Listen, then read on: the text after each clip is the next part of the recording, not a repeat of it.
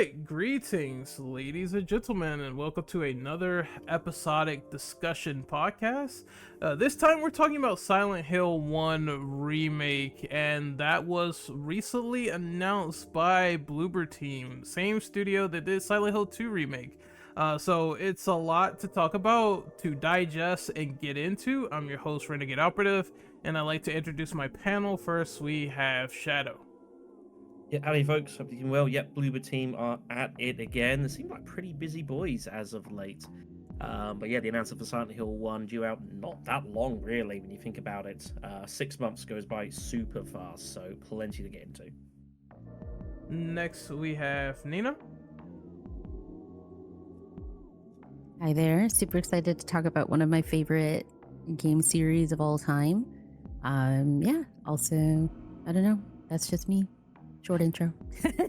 Oh no, it's fine. It's short but sweet. Next, we have Darkslayer. Hello, everyone. I'm glad to be back and talking about also one of my favorite games of all time. Let's have a good time tonight.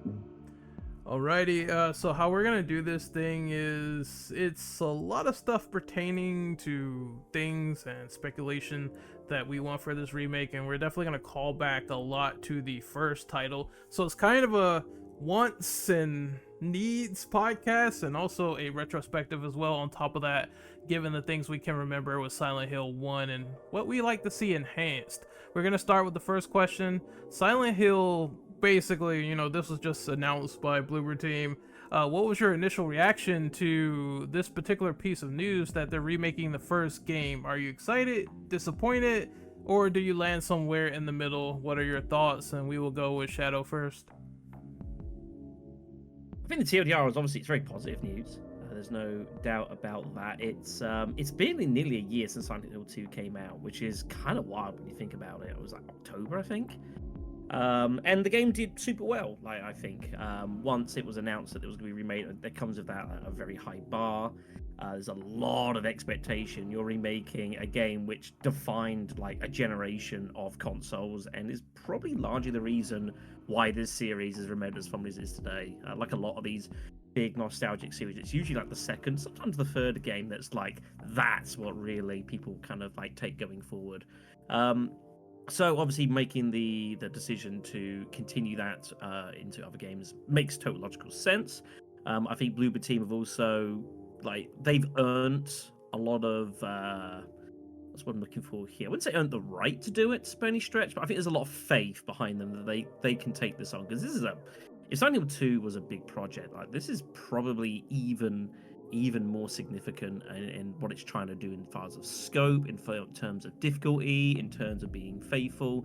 I've always been of the argument with Silent Hill 2 that like out of the original trilogy, it was probably the best starting point. Silent Hill 2 is kind of more of a standalone story. It's already got kind of a general framework graphically, which you're not going to mess with too much with. And it just made sense for them to crack with that. That's the big game. Silent Hill 1 is a much more different story. Obviously, it's a lot older.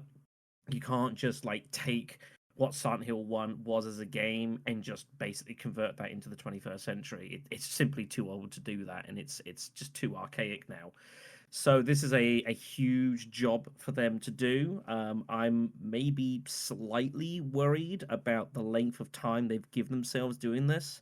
I mean, I hope that they don't kind of rush themselves into it. But I think people were a little bit worried about Silent Hill 2 in respect. And honestly, like apart from a couple little bits and pieces there, I think they did a fantastic job with that. So I think there should be some trust with Bloober, and some faith that they can get this right.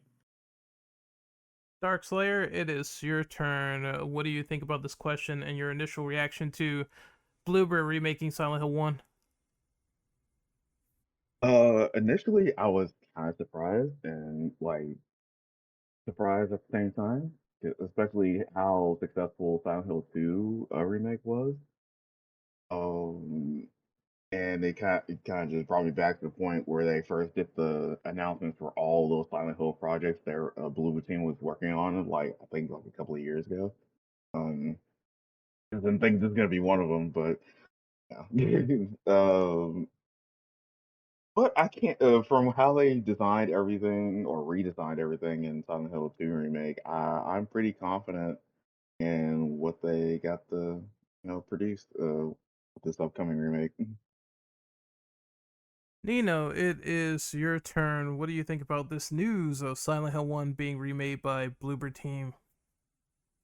I am super excited. Like, I was hoping that Silent Hill 2 remake was going to be successful because in my mind, I'm like, okay, I understand why they started with Silent Hill 2. That's the one most people know of. That's the one that, like, Shadow said, that's the one that's a standalone, or could technically be a standalone. And I felt like that was a good starting point, test their chops, see what they could do. A lot of people were skeptical, and I initially was too, but the more I saw the project, the more I saw of the game once it was completed, the more I was like, okay, they got this, they understand the vibe, they understand, and you can truly tell they love the original Silent Hill series in the games by all the work that they put into that remake. So I kind of honestly, pretty much as soon as Silent Hill 2 released or the remake released, I'm like, okay, if this does well, maybe in my little wishful thinking brain, we'll finally get the Silent Hill 1 remake that I've been hoping and wishing for like almost, what is it, like, it feels like 2 decades now? Is it 2 decades now? When did that come out? 99? I can't do math. But anyway, a super long time. and so I just kind of felt like a kid waking up on Christmas when I popped on socials and saw that they announced it. And yeah, I'm excited to see what they can do. I think it's in good hands out of anybody. And obviously, Konami trusts them to do this too. So I'm stoked. Alrighty, it is my turn. This. All right, I'm gonna say a couple of things. Number one, I do feel like the weight is slightly lifted off of Bloober's shoulders because that it was brutal. I'm not going to lie. When seeing what people were saying about Silent Hill 2 post like just the game coming out and everything, like pre-launch, it was very very brutal. People were apathetic towards the game. They were like, this is probably going to be the worst thing ever, looking at Bloober's track record. Now, since there is some trust with the consumer and them, I would imagine that things are going to be a little bit more lax for Bloober Team in terms of the reception, because there's a lot of people that really enjoyed that game and now they have to deliver with this one, but there's still a uphill momentum with this game, and I think we're going to get into it namely later with the combat and more of what they offer in terms of enemy variety and everything. I feel like Silent Hill 1 always had a lot more enemies, a lot more stuff to do, and that's going to be very fascinating to play with and see as we get into it deeper. As for everything else, I do believe that this is the right step, because there are people saying, oh, why didn't you remake Silent Hill 1 in the first place? And you did too. And I'm of the mindset of 2 was the more, popular game. That was the game that put the series on the map. I can see why they did that first, get that out of the way, and then move on to the first one. And then I feel like, well, if you're making the first one, then you have to obviously tie into the third game, because the first one and the third one is like, it's two peas in a pod. It's like a third one's a direct sequel. So you kind of have to have that in play, and it sets up very very nice for the future. It's kind of a nice layup for how they're gonna interwork that in, and I can't wait to see what they do with it, this game in particular, and everything going forward. I'm very excited, and I cannot wait to play it as soon as it drops. We're gonna move to question number 2, and that's We do. A couple of things I want to quick add. Oh, Just super go quick. I ahead. do apologize. Yeah, go ahead. Yeah, as regards to like um the feedback or the pre-feedback Bloober Team were getting pre Silent Hill 2. I mean, we talked about this, I'm pretty sure, in podcast and lead up to that. It was pretty dark days. Like, admittedly, like Bloober hadn't done anything huge. It was a bit of like a pick out of a bit nowhere. Clearly Konami saw something. And we're like, you know what, we think these are the guys to do this. And to be fair, they seem to be pretty much right. So credit to them. I suppose the other thing quickly to make a mention of in regards, and so that definitely came up, is Silent Hill 1 versus Silent Hill 3. There was definitely, I think, plenty of speculation regarding if they did another one, which one it would be. I certainly wasn't too sure. I think like Silent Hill 3, in a way, almost felt like slightly safer of a bet. By doing it this way around, it feels more ambitious because they're basically lining themselves up to say, right, we're doing all three of them now. And that is there comes pressure with that. Like, they've got a lot to deliver on a fairly strict timescale. So I hope they know what they've got themselves into. I'm pretty sure they know what they got themselves into, but yeah, like they can't do Silent Hill 2 and then Silent Hill 1 and say, that's it, we're done, we're good. We'll see you down the line with our next project. I mean, they're doing all three now, aren't they? So yeah, fingers crossed for that. The pressure couldn't have been any more momentous because now you have not only you did Silent Hill 2 and then you're going back and you're doing 1 and then you have to tie that into the third game with all the lore. It's going to be substantial, but I am very curious to see how they do this because number one, those are like two of my favorite games in the franchise by far, especially 3, with a lot of gameplay mechanics. So when they work around to that, we're definitely going to be getting into that as much as possible. But I want to move to question number 2, and that's given you've played the Silent Hill 2 remake, what are some areas that Bloober could enhance that was a good strength in Silent Hill 2 remake, like some of their best fundamentals? I'm gonna go with Shadow first. I mean, there was plenty that was positive, for sure, with the remake. I think a lot of the focus in this one, to me, is going to be kind of the world building and kind of more about like the town itself, if that makes sense. Silent Hill 2 is very much a kind of a character driven narrative of obviously the search going back into town. Whereas I always felt like to me, Silent Hill 1 was more about kind of like living and experiencing this town that's kind of going nuts. Really, it's in a weird way. Obviously, Harry Mason, and obviously that stuff obviously is part of it. But to me, I always felt like the town of Silent Hill was as much a main character as it was like the actual cast, of Harry and Sybil and such. Silent Hill 2 to me, the town feels a little bit more of a backdrop for the events that are happening. So I think for me, it's going to be a huge focus on kind of like how is Silent Hill presented? How do you convey the town that's obviously undergoing this crazy change as it goes through? I think they obviously did a decent job of that when it was required in Silent Hill 2 remake, but I think it's more poignant in 1 because of the events of the game. So we'll see how that plays out. But I think yeah, as far as like focus for me, it's very much going to be that. How do you present Silent Hill, this big sprawling town, going backwards and forwards through all the levels of carnage that's happening? All right, I am up to bat next. I feel like we have to start this on my behalf by saying that Bloober Team's main strength, in my personal opinion, is atmosphere and presentation. The graphics and how Silent Hill looked and how everything was decrepit and very sick looking in the other world was probably one of the better highlights in my opinion compared to the original, because I don't think that the original Otherworld of Silent Hill 2 was all that memorable, to be honest. So I do like that they really brought that out with the art style in Silent Hill 2 remake and expanding those areas and trying to make the most of them.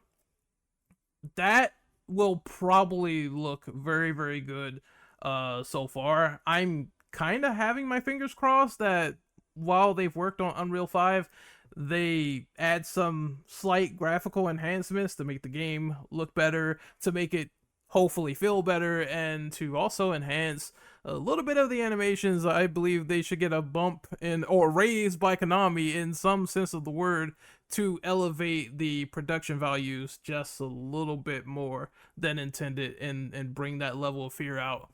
Mostly speaking, it's that their general gameplay, gunplay, I think is going to translate over very well. And it seems they have a grip on how the combat is sort of clunky, and at the same time, you are not like super overpowered doing 5 million dodge rolls with a knife like you could in Silent Hill Homecoming.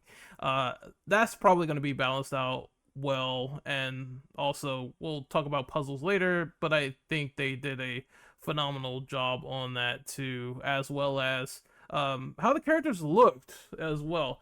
That's gonna be another thing. I know there might be some controversy. It's like it's always controversy with a remake, and oh, they got a different looking face or something absurd that's gonna crop up. But James looked fine. Everyone looked fine in the game, and I expect this remake to also follow suit with the character designs looking pretty on point for the most part. So I think those are Bloober's strengths so far from what we see, and there should be no problem integrating that into the remake of 1. Next, we're gonna go to Nino. What do you think Bloober's strengths are for this remake, and what do you want them to do personally with their strengths? Honestly, I agree with you about the atmosphere. Like, you spend most of your time out in the world in Silent Hill 1, at least from what I remember. It's been a decent minute since I played the first one, but I remember you spending most of your time like running, doing more out and about than you are like inside a building, than inside of areas like you are in Silent Hill 2, and going from like building to building or section to section. And like, I honestly feel like Bloober really stepped their game up with the Silent Hill 2 remake. They enhanced the backgrounds, they enhanced the atmosphere, they enhanced the surroundings in the different areas you were in. So I feel like, I mean, Silent Hill 1 is not open world, but the way it was designed, it made it, at least in my tiny baby heart, when I was playing it, it made it seem open world as I was panicking running across all those great covered areas. So I feel like they can really have fun with that and really make it even more intense than it was the first time around when I played. Um, and also, I feel like overall, I really enjoyed the voice acting and how they matched up the character design to what most of what they look like in the original for Silent Hill 2. So I feel like if they do that again with Silent Hill 1, it should be good. I know we're mainly talking about things that they can do to enhance or what they did well. I just feel like some of the emotional weight was lost a little bit in some moments into.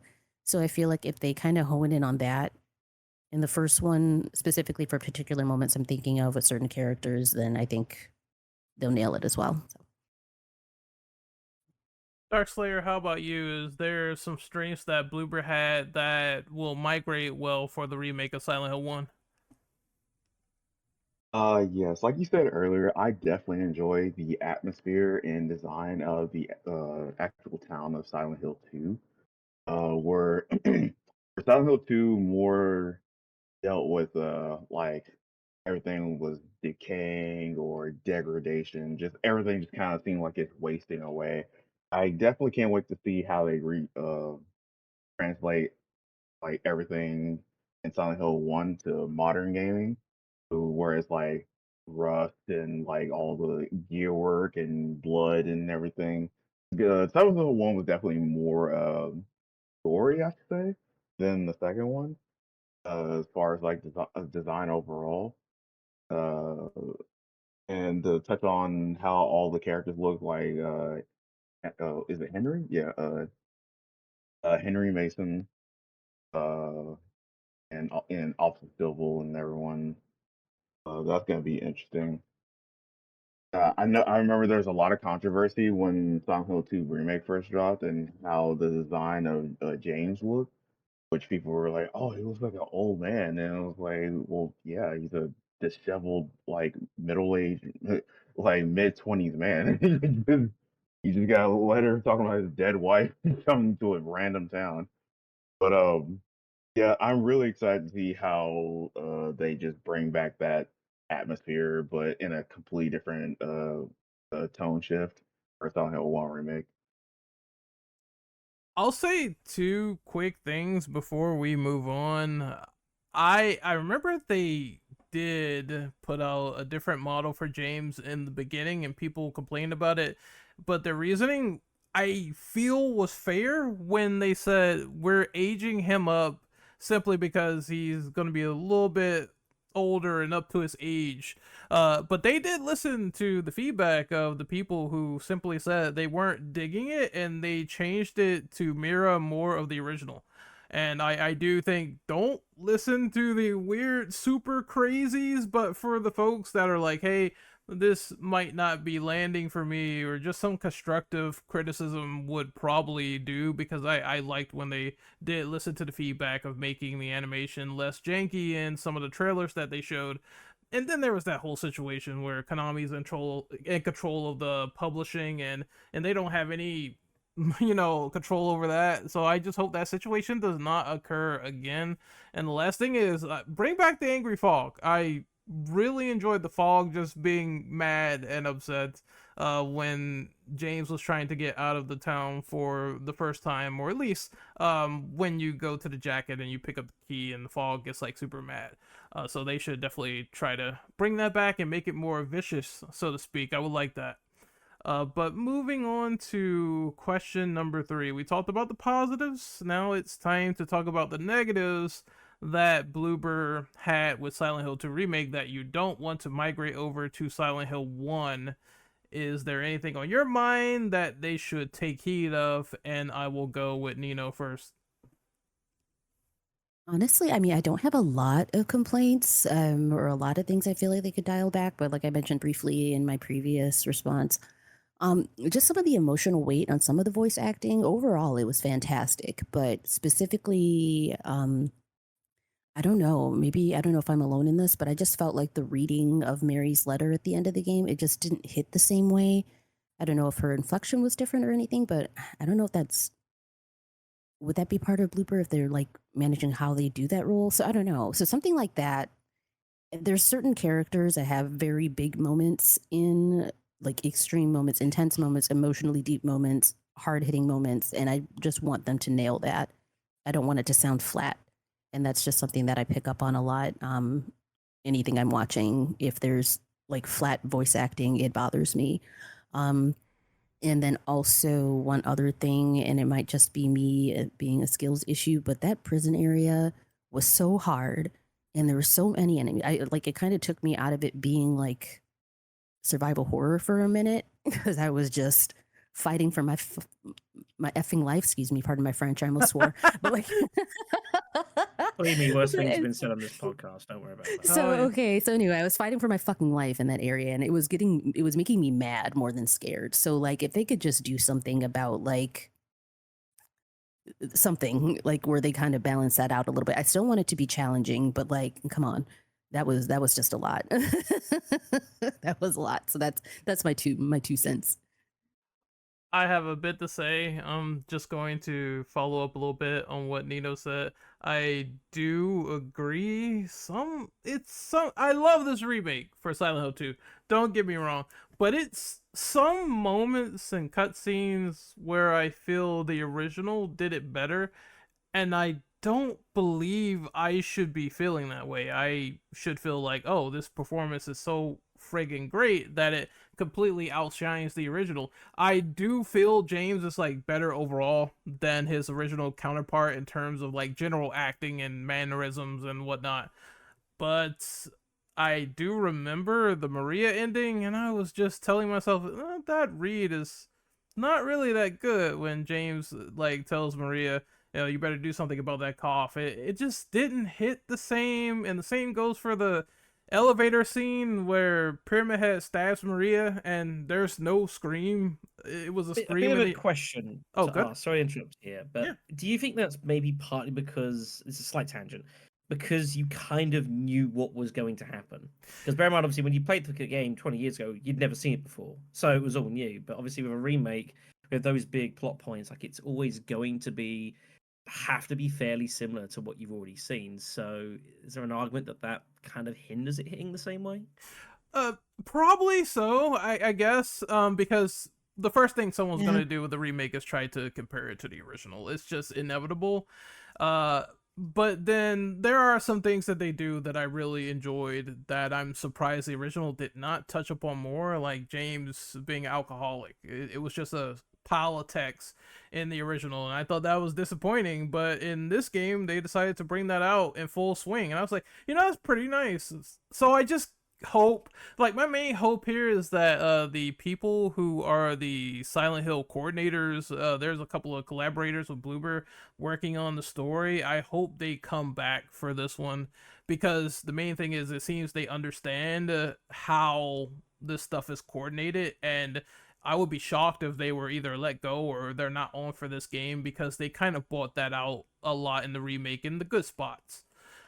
As for what I was gonna say with my turn, I'm trying to think, but I'm drawing a slight blank. Oh, one of the Sorry. Oh, no, it's fine. One of the things that people complain about with this game was how they extended certain areas that didn't need to be extended, and it added like nothing to the equation. I would say one level where, and it's nice they extended the game, I'm not gonna lie, there are sections where I think it really needed it, like the town, exploring more in the town.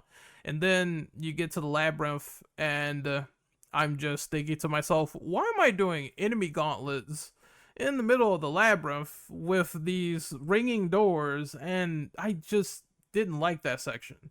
I feel like stuff like that should be slammed down, or at least everything should have a meaning or purpose if you're going to extend areas. It's times where Resident Evil 1 Remake, for example, they extended something and they added a lot of meaningful stuff to the game, and I would prefer it to be that way than how the labyrinth was in Silent Hill 2 Remake.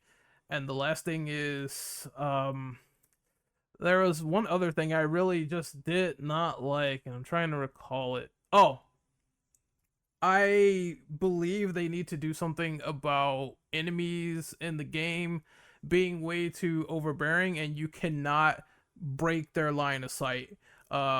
Because either James is going to magnetize himself to something and try to hit it, or you will still be magnetized if you try to run away, and if a nurse is chasing you, you're getting hit in the back of a head with the pipe. It's just it's just what's going to happen. And I wish there was options to disengage out of combat, or at least try to run.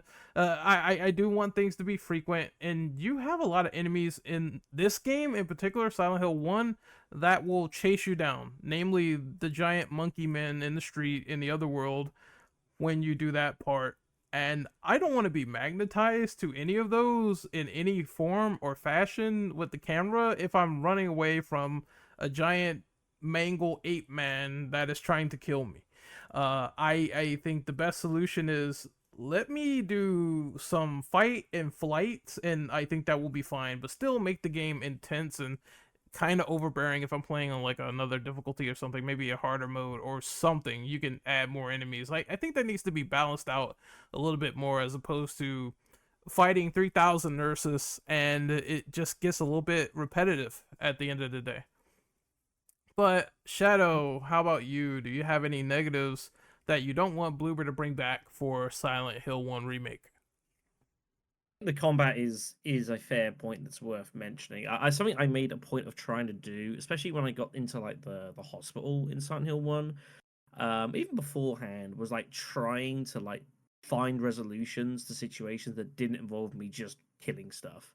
And it was harder than it had any right to be. I think it's slightly endemic. It's not Silent Hill's fault necessarily. It's very endemic of, I think, kind of the wider genre at the moment, which is very action heavy.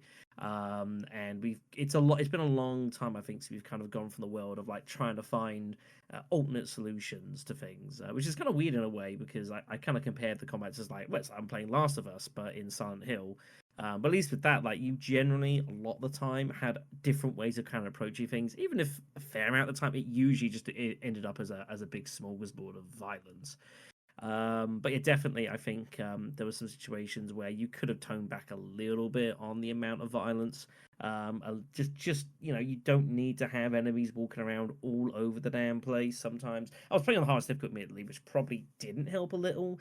But even so, there were times it just felt kind of a little bit gluttonous to have so many things about. You beat to death one nurse, and then the next one's just around the corner, and you've got to do it about 6 times, and trying to dodge your way past them is like almost folly. So Yeah, definitely. I think there's scope for them to change that a bit. I think Silent Hill 1 probably will do this as well. I think Silent Hill 1 gives a lot of scope for it being a little bit more kind of ambient, and kind of some of these locations are being a little bit more sparse. You know, and we'll see how that goes. And only if people want to play a mode where they have just tons of enemies to fight, make it unlockable difficulty or something. Like, you know, give people the ability to do it, but don't necessarily force that upon people the first time round. I think the other thing that's worth, I think probably does need a bit of addressing is the pacing of the game a little bit. I think it was a little bit touch and go at times. Silent Hill 2. Silent Hill 2 is a very long game. Like, there are plenty of people that spent like 15, 20 hours more than that, like on the first playthrough, which is that's a long time. That's an awful long time to play a game like Silent Hill 2. And I do think that there were some times where you could have trimmed the fat a little bit here and there. I think there was a couple locations. The hospital was one. I think the labyrinth. I quite enjoyed the labyrinth and the feel of it, although it was a little bit too long and a little bit too punishing ultimately. Though I didn't have any huge issues with myself. I thought to me like once you kind of hit the labyrinth, that was for me kind of, and you got through the first bits and pieces. If they'd have trimmed 15% of that, I think the pacing from that point on was absolutely fantastic. Going into the hotel and everything, I thought was really really strong. So I do think but it's tricky though because like there's gonna be a lot of focus on the town. There's a lot of places you visit in Silent Hill 1. People forget that you go to a lot of different places. You know, obviously you've got the school, you've got the hospital, obviously like the two main locations. There's lots of little small locations which you kind of poke your head into, and I like there like the police station you poke your head into. You've got the mall. You've got when you go through the wall into kind of like the quote unquote mirrorverse, and you could delve into more of that stuff. And obviously you got the town itself. So I think there just needs to be a little bit of caution that Bloober Team don't fall into like an excess of themselves and think, oh, we've got all these different things that we can do. Let's do all of them because we're Bloober Team. I think they need a little bit of discretion. You know, pick and choose a little bit. You know, have your focus area. Obviously, yeah, the school was going to be a massive area. The hospital. Those are your two massive areas. You know, but then there was still a sewer section. Do you guys remember the sewer section? Like Oh, that was pretty much as well. That there's a lot of that game. Haunted So by it, yes. yeah. So and it's just it's the modern desire and just the way things tend to be a lot nowadays, where it's excess. There is a beauty in less sometimes in games, in just being a more concise story, and having everything be a lot more punchy. You don't have to just put in more for the sake of being more. There will be times where they should put in more. We'll talk more about that a little bit more later in the podcast. But just because you can doesn't mean that you should do it. Have a little bit of discretion, have a little bit of restraint, you know, pick and choose a little bit. You don't have to go crazy. And I think that will do a big job in kind of addressing some of the pace concerns people had from the Silent Hill 2. I was gonna add to that. I also feel like one of the things that I'm scared of with this game is how they handle nowhere. That's going to be fascinating because I'm just thinking to myself, are they going to keep it the same or make it a new area, or are they going to extend that?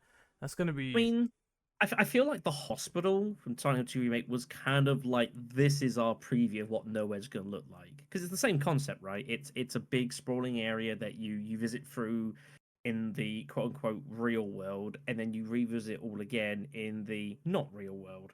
And that's exactly what happened in the hospital in Silent Hill 2, and that's basically what happened in the first time as well. The city is a bit different, obviously, in how that addresses, but there's a lot of shifting in Silent Hill 1, probably more shifting than in Silent Hill 2. So that's why I fear they might over consume themselves of just like having to do everything, and then some of it starts losing that impact and meaning. So it's definitely a worry.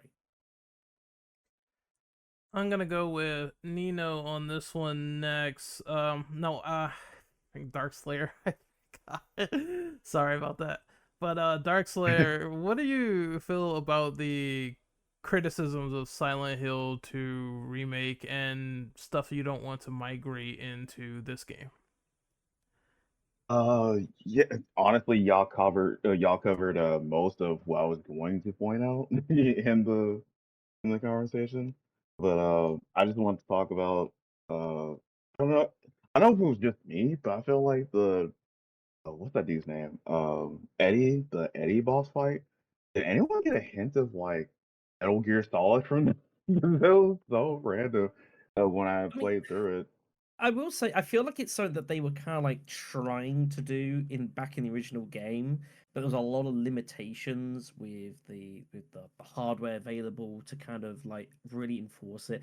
It was maybe a little bit too on the nose. I won't disagree. But I actually quite appreciated the tension in that fight, especially because I got into that fight with not a lot at all.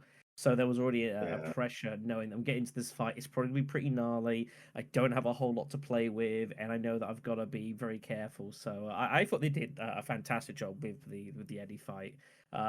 right. Maybe again a little too on those at times, but I think as far as like what they're trying to get at, I thought it was a lot of fun.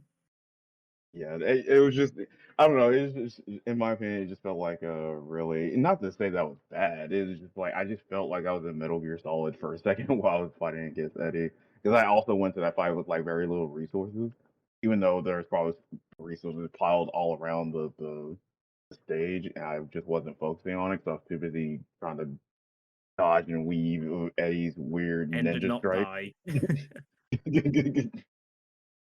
Because apparently Eddie just like a master at like stealth for some reason. Every I time he mean, shot me in the it's back, still I in there. screamed. I literally could not take it. I was like, "Where is this dude?" Especially when he shoots the um top of the thing or whatever to make more fog. I That's when I started to get Oh really annoyed. yeah, yeah. I was like, what did you just put all your points into stealth all of a sudden? Like, what is this? But what I was trying to get to is a lot of things that well, not a lot of things. Some of the things I probably didn't want to translate into the next remake was a bit of the pacing, honestly. And for me, it felt like some parts of the game where it just kind of like just crawled a little bit. But maybe that's just me. Other than that, most everything that I want to talk about has been touched on. So that's pretty much it on my end. Oh, that's fair. We can move on to question number 4. Uh, I made a discovery that there were some cut enemies from Silent Hill 1. Namely, they look like zoo animals. I will probably put them in this video in the description and you can see them. But like one was a chicken, another one kind of looked like this weird lizard enemy that wasn't included in the game. And in the descriptions on Reddit, someone said that maybe these enemies were cut due to the fact that they didn't have enough time to put them in.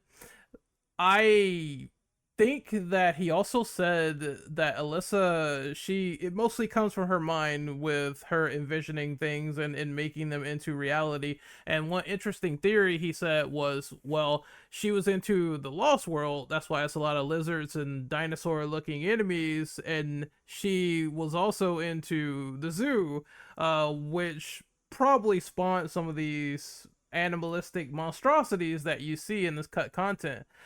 So what I'm asking here is, would you like for them to reintroduce this in some type of zoo level format, or should they keep the game relatively the same with no new areas added? I'm gonna go with Shadow first. What do you think about this? I'm nervous, given what I just talked about. Um, I don't know if that's something I'd really want to heavily delve into. I think maybe a way you could kind of maybe play around with this, and this is going back to the Silent Hill 2 remake. One of the things that I really enjoyed the most about that game, one of the sections I enjoyed the most was the kind of the quote unquote chase section, obviously in the depths of the labyrinth, dealing with what's her name, the father. You know what I'm talking about. What's her name? Abstract Daddy? That's the abstract data, yeah, exactly. I mean, in the original game, I thought that section was kind of it was there. It was kind of there for plot purposes. It was kind of a boss fight you needed one. But I feel like in the remake, they really ran with it. I think it was incredibly creative how they played around with it, and just kind of the whole feel of the section. I thought was really fantastic.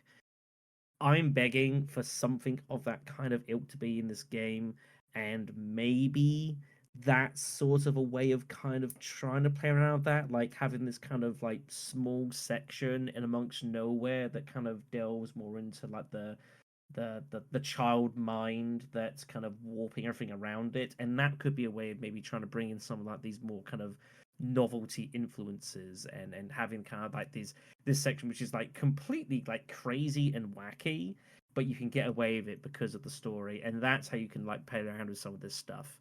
um that's about the only way I would want to do it. I would not introduce like a zoo section. Like I just think I don't see why would Silent Hill have a zoo? It's just, why would it ever why would it have a zoo? It just doesn't make any sense to me. And you've already got sort of animalistic stuff around, obviously, with other dogs and bits and pieces like that. I think it's unnecessary to go completely OTT about it. So outside of like some kind of nowhere hallucination-y kind of dreamy sequence section, that I think could maybe just exist for a very short amount of time, be its own specific area. Maybe outside of that, I don't think there's a lot of scope for it, and I don't think there's a whole lot of need for it. I feel like priorities could well be focused elsewhere. I agree mostly. I'm going to keep my answer to this brief, but what you should do is try to play up on Alyssa's brain, because if you're going to show all these messed up creatures and things she's went through, nowhere would probably be the most emotionally resonant place to do something of that caliber, which is, now that I look back at it on a retrospective, it's kind of weird that it's just a weird area that you go to that kind of rotates around to differing places, but they don't play up with, oh, this is the level before you go and fight the final boss at the final stages. And I think I want to see more of that. I want to see more of these freakouts in her mind. Mainly speaking, you could have that section with the zoo, as well as some of her bullying that you will see visualized, and you're wondering like, what the hell am I? What's going on here? But you sort of get earlier hints of that in the game, but you see more of that come out into fruition with maybe placing Harry at the time those events are happening, and that would be kind of cool in my personal opinion, to relive those bad memories that she has and then see the good ones. But for you, it's kind of bad because you're fighting these deceased zoo animals, and you don't know what to do, or you just have to run away. You have to get out as fast as possible.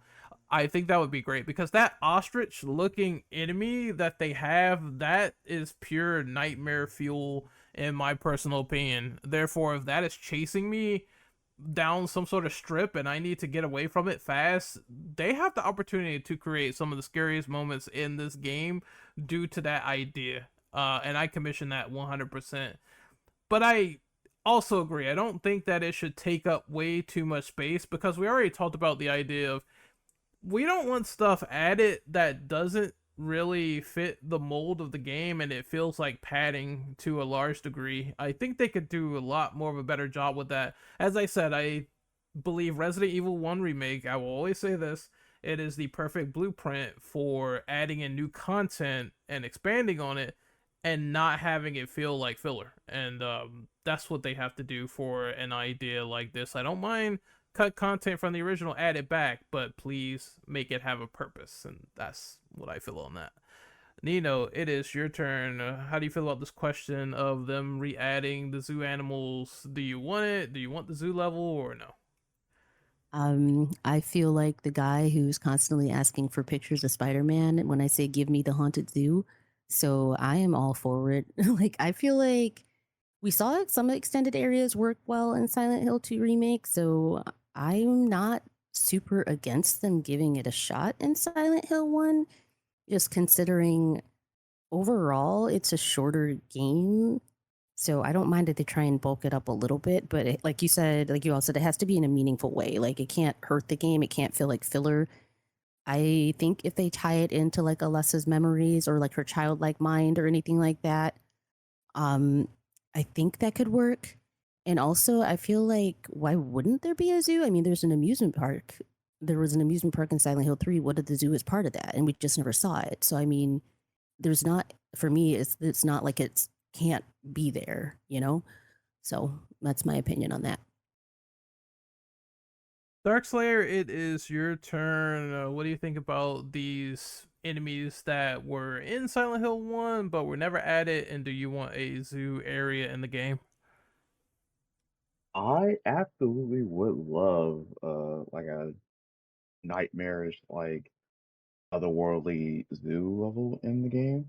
I do agree that it shouldn't take too much of it. Like, it shouldn't be a big part of the final product. Like, like I said, I wouldn't mind seeing nightmarish like zoo animals in the style of Silent Hill.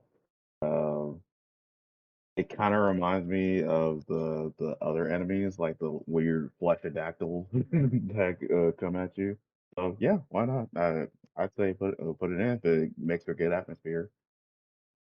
Yeah, I just to tie that in, maybe they could do some weird nowhere level dinosaur exhibit and you see where the pterodactyls come from, considering that some of her memories are enjoying the book from the lost world, therefore that could be, you can make some fucked up looking dinosaurs and maybe throw that in there because Right. I never liked the pterodactyl enemies, but I know why they're there and explained, and I guess you could do a little bit more with it if you want to get really crazy later on.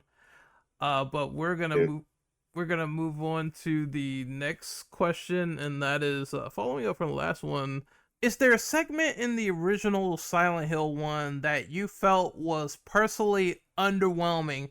Would you like that segment cut when talking about migrating that to the remake, or would you like that section to be thoroughly expanded upon from a scenario or a level perspective? What was in the game that was weak that they could fix for a potential remake? And I will go with Shadow first. Yeah, I mean, as I mentioned earlier, as far as like evocations, I think they got the balance actually pretty decently. It's just for me the worry is that they kind of go all in with that and they decide to kind of like expand a lot of stuff, which they're never going to do. Like I got no issues with like kind of making some things a bit more in depth. You know, if you want to spend a little time in the school, for example, I think that's fine. I actually low key felt like in the school that it was kind of like you spent too much time there, but also in a way not enough. Like to me, it was like it was cool. It was very interesting to go through. Very obviously very weird. But it always felt to me like there was always more that it could have given to the player. That's partly due to obviously like a couple of, let's be honest, bastard puzzles. That I think kind of detracted a little bit from the situation.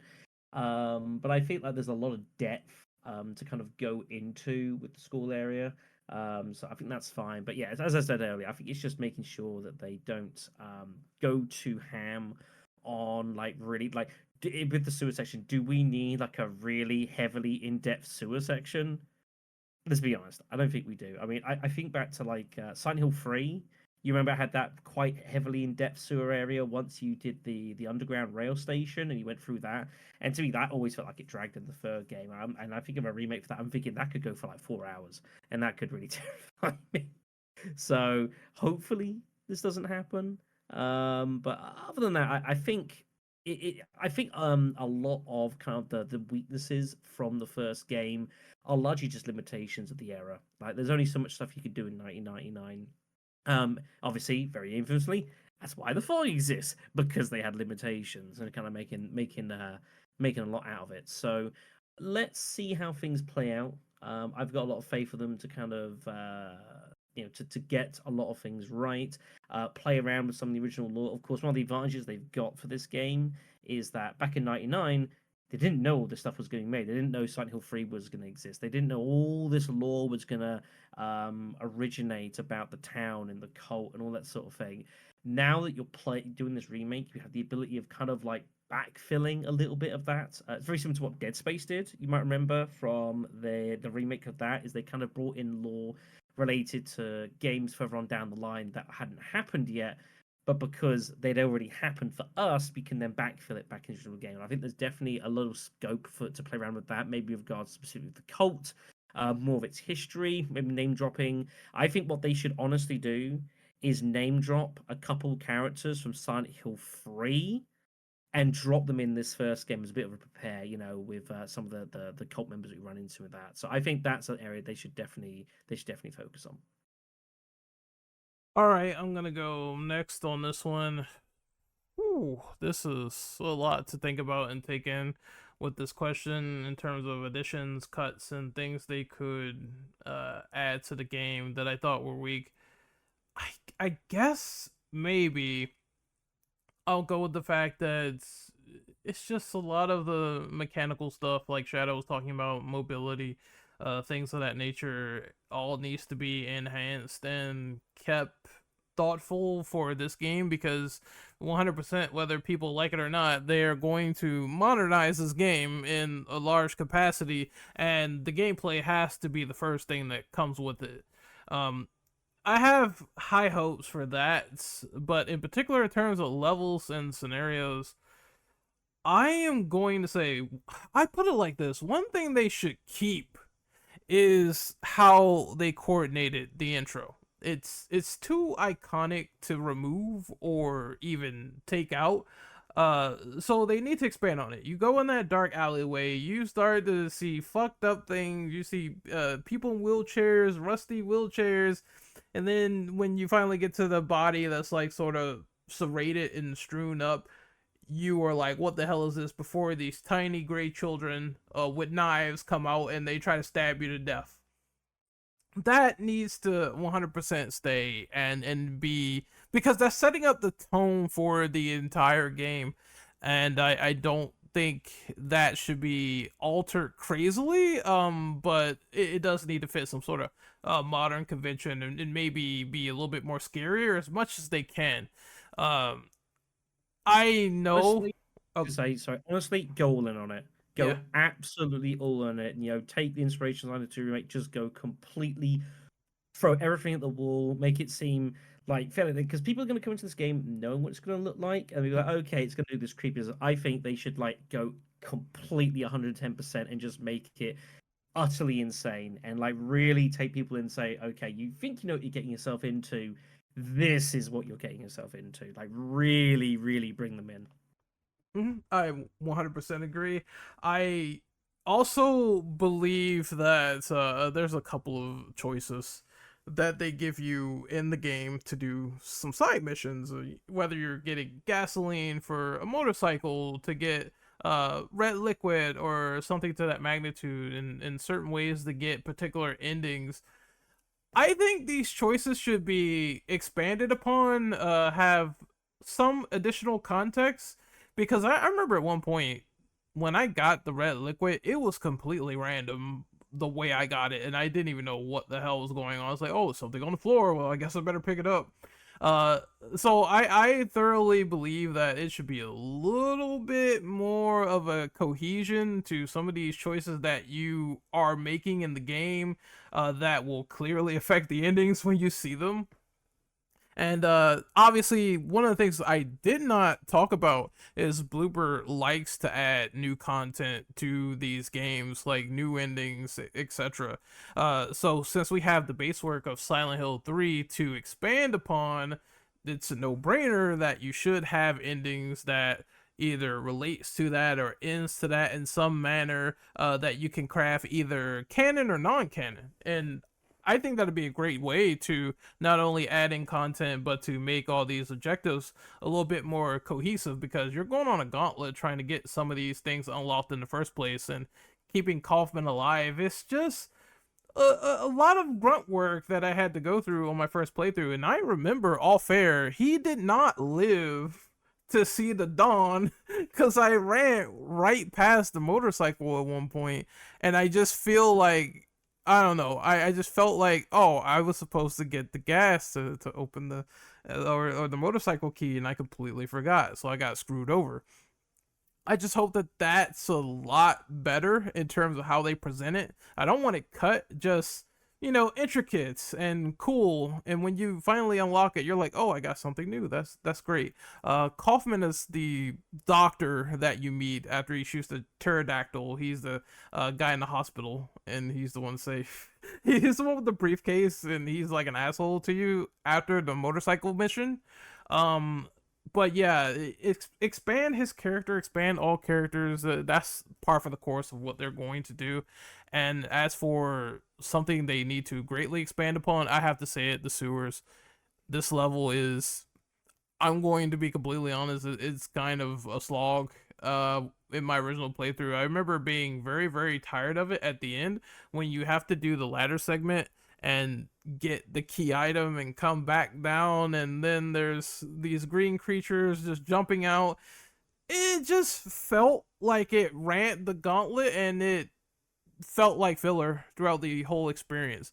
I need that thing to be as scary as possible and be engaging and not be just a section that's run of the mill trying to grab things and get out as fast as possible. Give me some adversity to go with that, as opposed to these slow green enemies that I could just run past no problem. I want to actually be scared while I'm down there. That's just the one level that I remember not liking too well, as well as the other world streets. I just felt once you get to that point, you have a difficulty spike, and it gets way too hard because you're dealing with the mumblers chasing you in the other world. You can't see a goddamn thing. So yeah, illuminate that area a little bit, at least with the flashlight, because I know the lighting's probably gonna be better. And I'm good mostly. I don't need much but that area fix and the sewers, because I just feel like it didn't really hit as much as the school. I want to make a quick mention. Something you just mentioned that I think will point, and that is Michael Kaufman. I think he has a absolute bucket ton of scope to be like a real major part of this game. People forget, and it's kept rather quiet deliberately. But Kaufman is like a major plot point in regards to Silent Hill and the evolution of the cult. And all the stuff going with with Dahlia Gillespie and that sort of thing. And you only kind of ever seem to scratch the surface of it in the original game. It's expanded a lot more in like Silent Hill Origins. I believe he's a major part of, and I think he even pops in with like Shattered Memory, something like that as well. Could be. It's been a while since I've touched that game in any form, but no, I think definitely Kaufman kind of like being like a real big part of like why the events are happening as they are. Definitely something they should expand with. And I always thought Kaufman was super cool, and it was a real shame they didn't do more of them in the original game. So I think huge open goal there to expand on. Nino, how about you? What do you think they should take from the original and try to expand upon, or sections in the original you didn't like that they could fix? I mean, I have to agree with you on the sewer area. It's like if I'm gonna be down there for that long, I want more substance. I mean, the little green guys, you can run past them, but God, they were annoying. And so, like, I just want a little more something down there than just everything looking like the same area you just came from or are going to. Um, but overall, I don't really have. I don't know. Like other than that, I don't really have anything else I want them to like change or expand on. That was just the one area that really stuck out for me, where I just kind of want that area to either be shorter, or if they're going to make me be down there for as long as I am, make more of it. Add some more substance to it. Darks. Oh, good. Okay. Darkslayer, it is your turn. Is there anything that you want them to sort of cut, alter, or fix for the original Silent Hill 1 to this remake? To be perfectly honest, the parts that I can remember about Silent Hill were pretty okay to me. Um, I don't really remember much about the sewer section, besides that I was infuriated as a child but- and almost broke my console. But other than that, I don't really have anything that they should cut out. I feel like whatever they add to the game or expand upon in the remake, I'll be good with it. I kind of laughed when you said you almost broke your console. That is amazing. Dude, almost acting that thing. That's funny. Oh shit. But we're moving on to the next question, and that is let's talk a little bit more about the story. We kind of touched upon it in the last question, but the story, the characters, the general theme, what do you think they should alter, cut, or add for Silent Hill 1 going into this new remake? Your thoughts, Nino? I'm honestly like, I don't, things I want, but also things I don't know how they would realistically be able to do. I wish we could see more of what's going on with Sybil when we're not around her. Like, I mean, like, we're with her for a bit and then we see her again, and then things are way different with her, and you kind of wonder what the heck happened in that in between.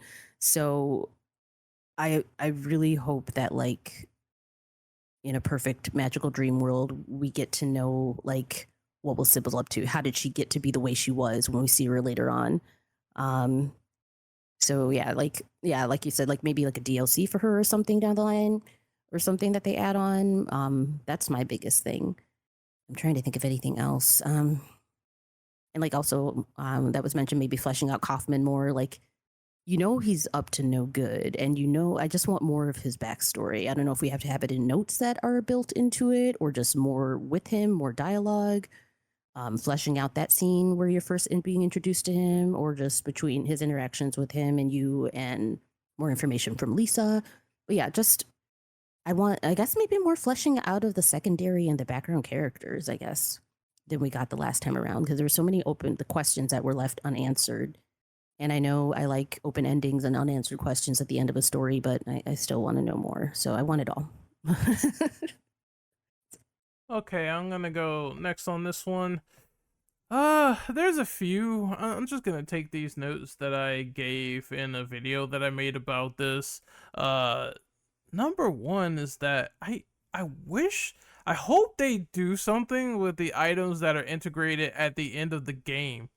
Because I don't know about you, but I felt like when I got the cube, the little Floros or whatever, and then it didn't mean anything, uh, and some other items that you get at the end, and then all of a sudden the boss turns into like this weird incubus, the incubator. I just thought that part was way too fucking weird, and I hope that these items that you get at the end, it has more meaning, or you have more choice to what exactly is going to transpire at the end of the game, as opposed to, hey, you just get something and, well, something happens, well, oh shit, oh, there's this giant monster, now I gotta fight it or whatever. I hope they have more lore integration going from this game to the next one, because I believe the talisman that you get or whatever, that's something that Heather has, and she literally calls it a piece of junk,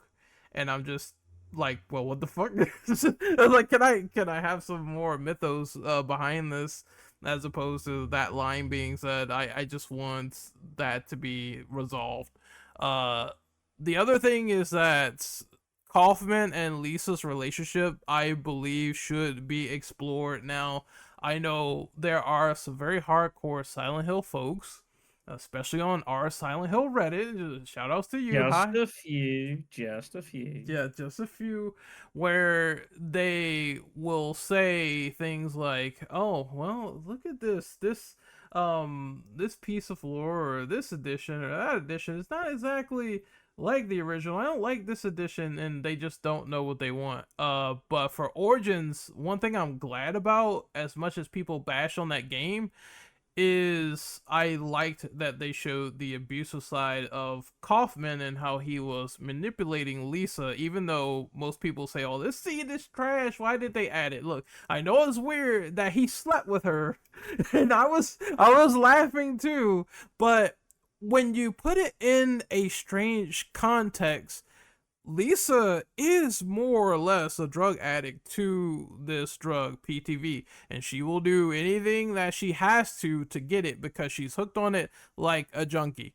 Therefore, Kaufman manipulating her, abusing her, and showing that in the forefront with this character, I think that's kind of needed at this rate, and it kind of happened in a comic as well for Silent Hill, where Lisa was beginning to get hooked on the drug, and Kaufman was there.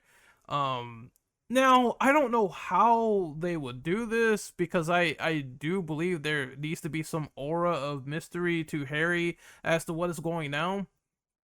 But I would love to see some scene with him putting the pieces together, slowly but surely, because that's one of the more tragic relationships in the entirety of the game. The Lisa character and what she's gone through and everything she's been going through, and then you find out she's dead, which is a oh shit shocking moment when it does happen. And that's another scene I want to see with the blood orifice thing going on and it looking creepy, and finally you see, oh, she's one of the otherworld nurses.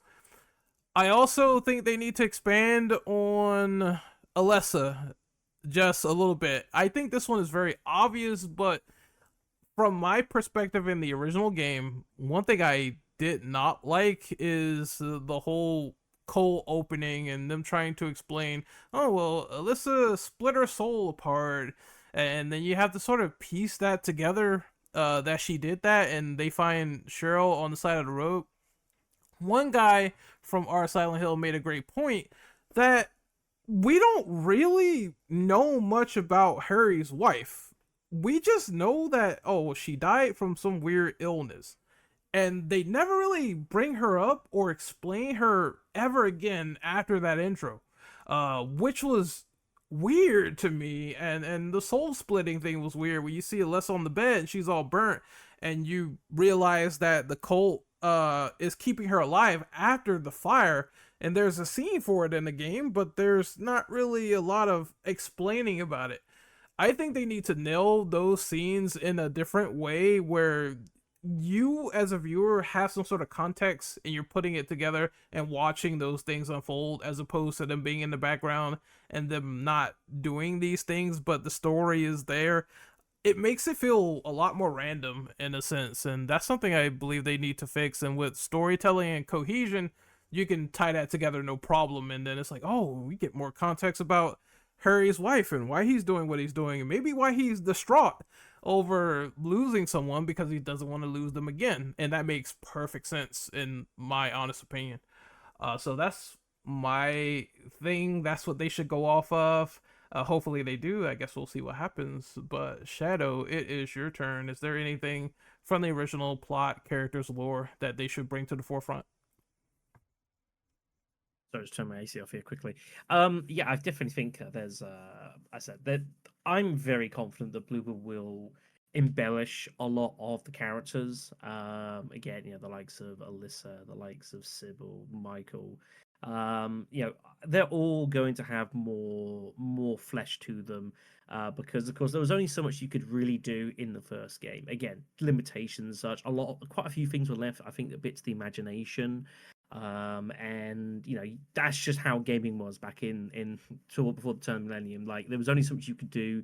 You had to kind of play around with stuff. Sometimes if you didn't quite get what's going on, then you kind of had to fill some gaps. I think more often than not, generally it was explained, or there was bits and pieces around to explain it, but some of it's just interpretation. So yeah, I think that they will play around with that plenty. Certainly in regards to Sybil as well. Sybil is a really, I wish it was kind of strange that she's a very kind of low-key iconic character in regards to kind of survival horror in a way. Like, a lot of people are like, oh yeah, that it's the cop lady. Heck, she got into Dead by Daylight, of course. She's one of the skins available. But ultimately, when you think back to Silent Hill 1, the original game, what did Sybil really do in that game? That she turned up in the original bar, gave you some bits and pieces, helped you out at like the wall thing, and then you fought her at the amusement park, and that was it. Like, when you think about it, she really didn't do a whole lot in the game.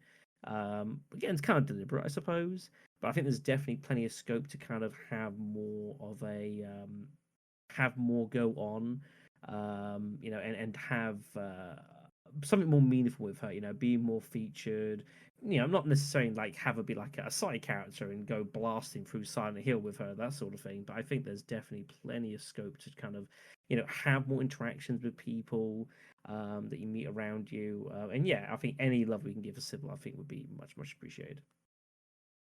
One thing I want to add really quickly is what I mentioned in chat, where I do think, like I said, I got the plot of Silent Hill 1, but I do think there's some gaps they could fill in. Namely speaking, they should definitely touch up on the ideals of Alyssa hating Dahlia, and that sentiment being echoed through the game when you see the afterburning where they covered it up, because it makes sense to convey that in a large way considering everything that happens after the fact, with Silent Hill turning into an absolute catastrophe. So I think that needs to be displayed with more emotion, raw emotion, and I would appreciate that. That'd be pretty cool. And the last thing that I wanted to mention is more of the cult. I don't know if anyone's going to bring it up after the fact, but more of the cult should be explored in this game. And they kind of touched upon it a bit with Silent Hill 2 Remake, which I'm kind of shocked and surprised by, to be honest. But seeing those cult members and how far they will go to bring out God, I think we have to start seeing the beginnings of people doing this, and how they will pay people off, or again with Kaufman, they were part of the drug trade in supplying him with PTV.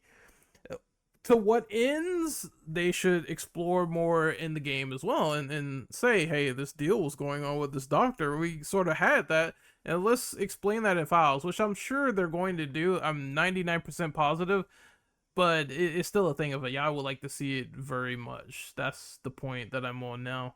But it is Dark Slayer's turn. Story, lore, characters, and thematics. What do you want to see carry over and enhance for Silent Hill 1 Remake? Oh man, so many things, all at once. Let's see. A lot of things we y'all already kind of touched up on, especially with dealing with origins. That was one of the main things I was gonna mention, is that I would like to see a lot of story elements a lot of story elements translate over into the remake from Origins. Just because I'm a little biased, I'm not gonna lie. I love Silent Hill Origins. It's probably one of my favorite PSP games. Um,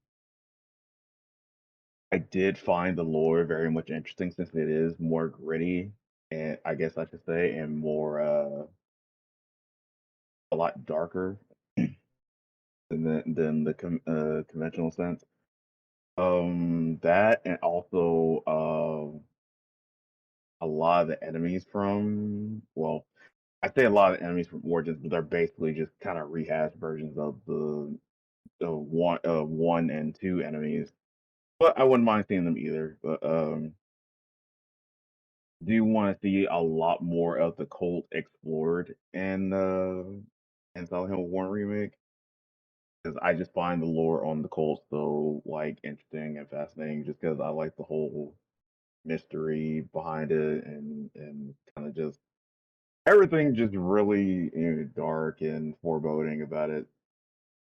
Other than that, just all the normal Silent Hill schlock I come to love and expect when it comes to these remakes.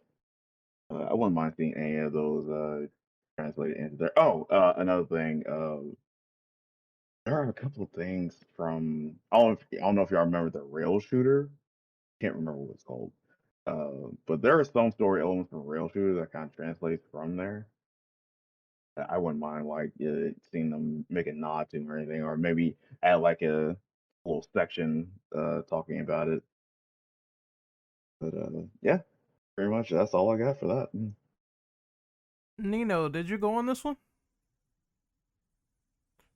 I did. I was saying I wanted to see like more of like Sybil and the other like the background characters getting fleshed out more. Yeah.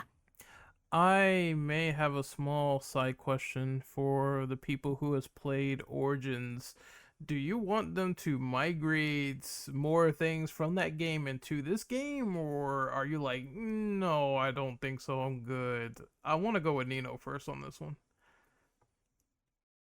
I'll be a quick study. I have not played Origins yet, so but if they want to add anything into it that feels like it would be a good fit, then I'm all for it. That is completely fine. It is. I have not played the game. I have it sealed in my box. So the only thing I know is that there is the abusive story element of Kaufman and Lisa, and of course people were like, "Oh my God, he slept with her. How could he?" But to me, you could probably take that scene and manipulate it and make it make sense to the whole drug thing. And one of my Yeah. friends in the Discord, he said they should do more with the drug stuff in general because he felt it was so weird and kind of unexplained to him, like what is the whole origin of this drug trade and the people that are getting hooked onto it and the reports. He felt like there should be more to it, and I guess I see his point of view. I For the purpose of the story, I understood why it was just, placed on Lisa and that was it. But showing a little bit more of the White Claudia would, and maybe you could workshop that into an ending because that kind of happens in Silent Hill 2 Remake with the Bliss ending.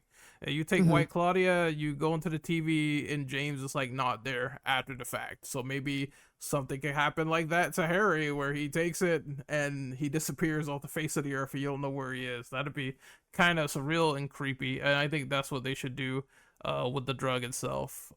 Shadow, what about you? Do you think they should integrate stuff from Origins? Yes or no?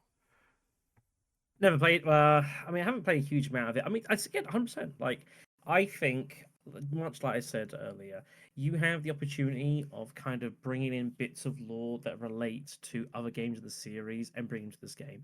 I don't think there's any reason to not to do it. I don't think you necessarily have to make it like front and center of what you're trying to do, but it's nice touches, it's little nods, and it's for people, the hardcores that have been through a lot of it and have played a lot of these games. They can look at something and say, oh yeah, that's talking about so and so and such and such. And it's always nice to do that. It's nice to have these little callbacks, and it helps reinforce a bit of nostalgia and also kind of makes people feel rewarded for a bit of loyalty to a series. So, and it usually makes for a better experience overall. You've got a deeper feeling plot. It's more, you can invest into it more. There's a lot more depth to it. And as I mentioned, like 100%, I think they should definitely drop in some seeds of events that are due to happen in Silent Hill 3. Get some of those names from characters involved, like Leonard and whatnot. Like, why not have Leonard's name crop up in a document or two, to lead into what's going to happen further on down the line. Like, I don't see any reason not to do so. I just had the perfect scenario. It's a little, it makes sense, and they should do it like this. But the intro scene where Harry crashes his car, you see him go by a familiar truck, and you see a familiar truck driver, which is the protagonist of the Silent Hill Origins game, Travis O'Grady, and that causes him to have the crash and the accident. And then you see Sybil sort of trying to chase down the truck and find out what's going on before heading back to Silent Hill, and that's how they meet.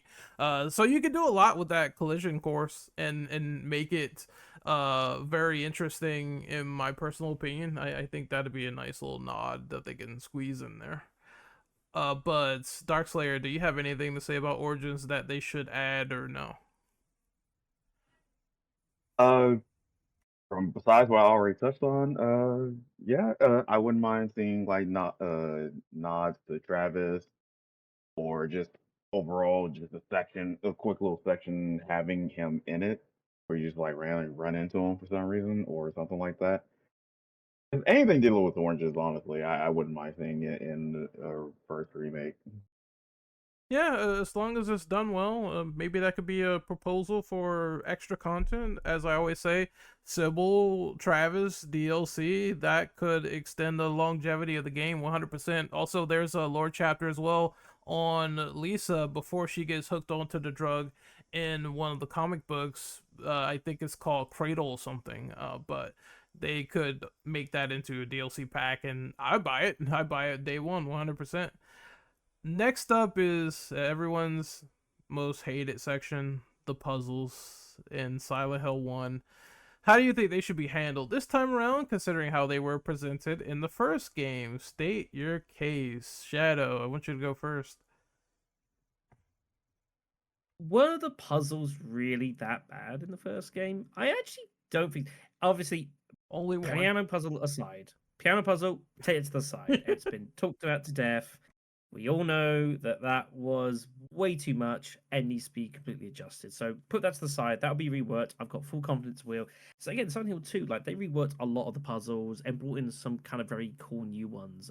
Taking advantage of kind of the more stuff you can do. They had obviously some puzzles that were based upon like looking at your environment and your surroundings, using the flashlight to kind of like highlight, illuminate certain parts of areas, super cool stuff like that. And I imagine you'll see more of that definitely in this one. I imagine you will see some things that will be brought back. So that's going to be like the Zodiac puzzle, which, to be honest, was also quite difficult for me because I was not old enough when I was playing this to have any idea what the hell it was talking about. That was a pain. You got like the Grim Reaper one as well with the list of like the people. Obviously, you got like the clock tower puzzle, stuff like that. You got the plates one. Well, the plates is largely just kind of a fetch quest, realistically. And yeah, I'm sure they'll play around with that. But yeah, I think it's an obvious stick to like try and beat the game with. But outside the piano puzzle, honestly, I think the Sun Hills ones were fine. I don't think they were particularly remarkable, realistically, and obviously that leaves a bit of room for improvement. And they'll introduce some new ones. They'll introduce some bits and pieces of Vive documents. I'm sure they'll play around with that. Especially when you get into Nowhere as well. Like you've got scope to do basically whatever the heck it is that you want. You can have fun with that. But we'll see how things progress. I'm fairly confident it'll be fine though. Just yeah, rework what you need to, add in some kind of new stuff, and yeah, I don't know how they're going to rework Piano Puzzle, honestly. Like, they will. There's no way it can exist in its current form. How I would play around with that, though, is a tough one. Do you just, like, kind of... I could honestly see them legitimately not having a piano puzzle at all. I could conceive a world where it doesn't exist, but you go into the room and there's some kind of cute nod, where obviously you've still got the piano there and you can go and inspect it. And it's kind of like, I don't know anything about pianos. The hell with this? He just walks away and that's it. That's your piano puzzle, and just have a cute little nod, something like that. So we'll see what they do, but I think it'll be fun. I was just thinking, yeah, I was gonna chime in on that and say maybe they could just turn it into a memory where in Silent Hill 2 Remake you see there's obvious old haunts and you can't access them, but clearly you find something else similar, and maybe the piano's broken and something is in its place that'll work out just fine. I think that'd be one way to sort of constitute the puzzle for something else. Yeah, that'd be great actually. Nino, it is your turn.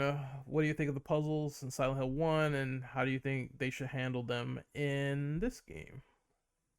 I am probably an outlier because I love puzzles. I absolutely love them. The harder they are, the more I want to I get invested in solving them. So I honestly, I didn't hate any of the puzzles in the original. So I mean, I guess they can make the piano one easier for everyone else, teehee.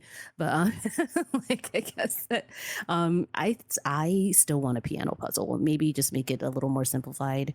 Or I do like the idea of it being like a fake out, like how in Silent Hill 3, you're playing as Heather and she goes up to a toilet or whatever. She's like, why would I stick my head in that? Who would do that?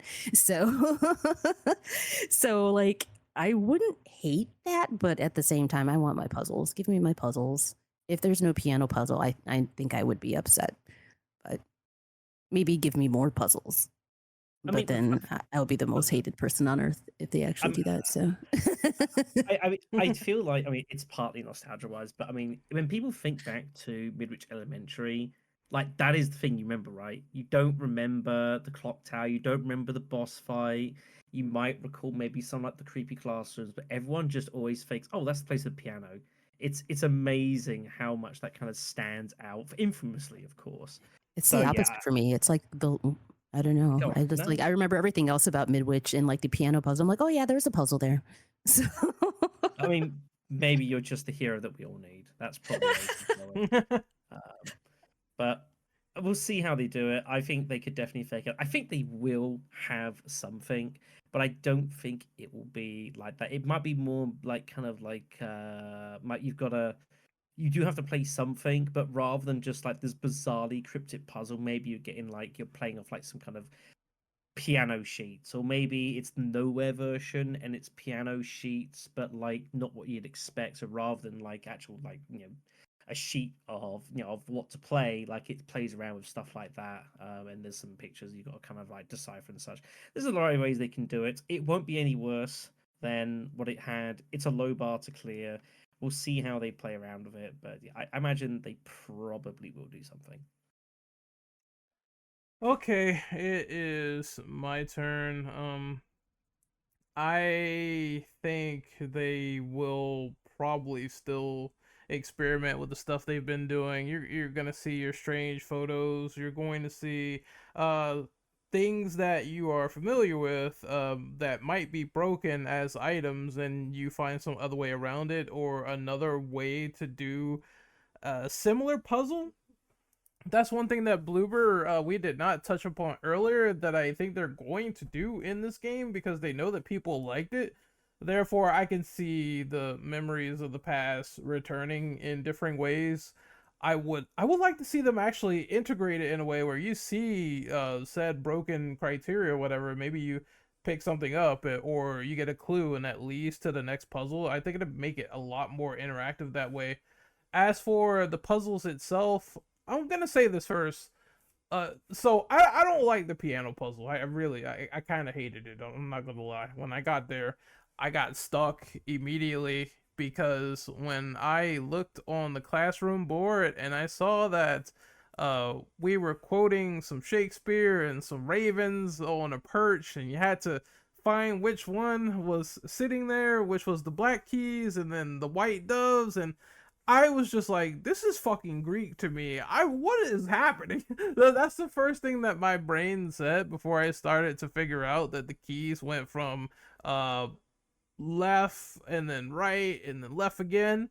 But I feel like I'm too goopy brain to know how this all is resolved. So one thing they could do is definitely adhere to the accessibility that they had from Silent Hill 2 Remake that was never in this game at all. And that's the fact that you have puzzle difficulty. Therefore, if you want to do it on easy, you can do it on easy. If you want to do it on normal, you can do it on normal, hard, maybe bring in extra riddle. And that could bring some ingenuity to the table and finding different ways of how they handle the puzzle. And I would like to see that, honestly, so people can all play on their skill level, and I think that would be perfectly fine. But I know in this playthrough, if I begin to be, if I start ranting, you know where it's going to be with the puzzle. It's going to be that one. And it's a lot more of them that are interesting. I want to see how they do the Grim Reaper list and how you discover that, and maybe do more with the old man's hand and the light puzzle, because I found the light puzzle to be relatively easy, as well as the colored plates. Uh, so I definitely want those to challenge me a little bit more. And honestly, what they did in Silent Hill 2 Remake was a bang up job. It is, admittedly though, the hanging puzzle is kind of getting on my nerves, but that's neither here nor there.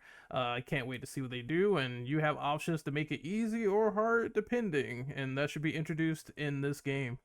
Next is Darkslayer. What do you think they should do with the puzzles in Silent Hill 1 Remake? Uh, Listen, I like puzzles with next as the next person, but I would love for it to just, like you said, just have its own difficulty slider. I'm not gonna know fucking Beethoven's Fifth Sonnet from like the 1800s to figure out this puzzle. Oh no, but honestly, Wasn't that Silent Hill 3? Silent Hill 3, require you to have a genuine knowledge of like Shakespeare. went on its highest difficulty. Excuse me. I should say on its highest difficulty. It required you to have a genuine knowledge of Shakespeare. Other than that, I if it's like a moderate like puzzle, like something that it could take a little like little brain wrinkles to figure out, then yeah, I don't mind. I just don't need to be like the Da Vinci Code. Just I gotta do some symbols and look and cross reference and stuff. But yeah, other than that, just if we can just keep it moderate, or just like I said, like you said before, have its own like difficulty and whatnot.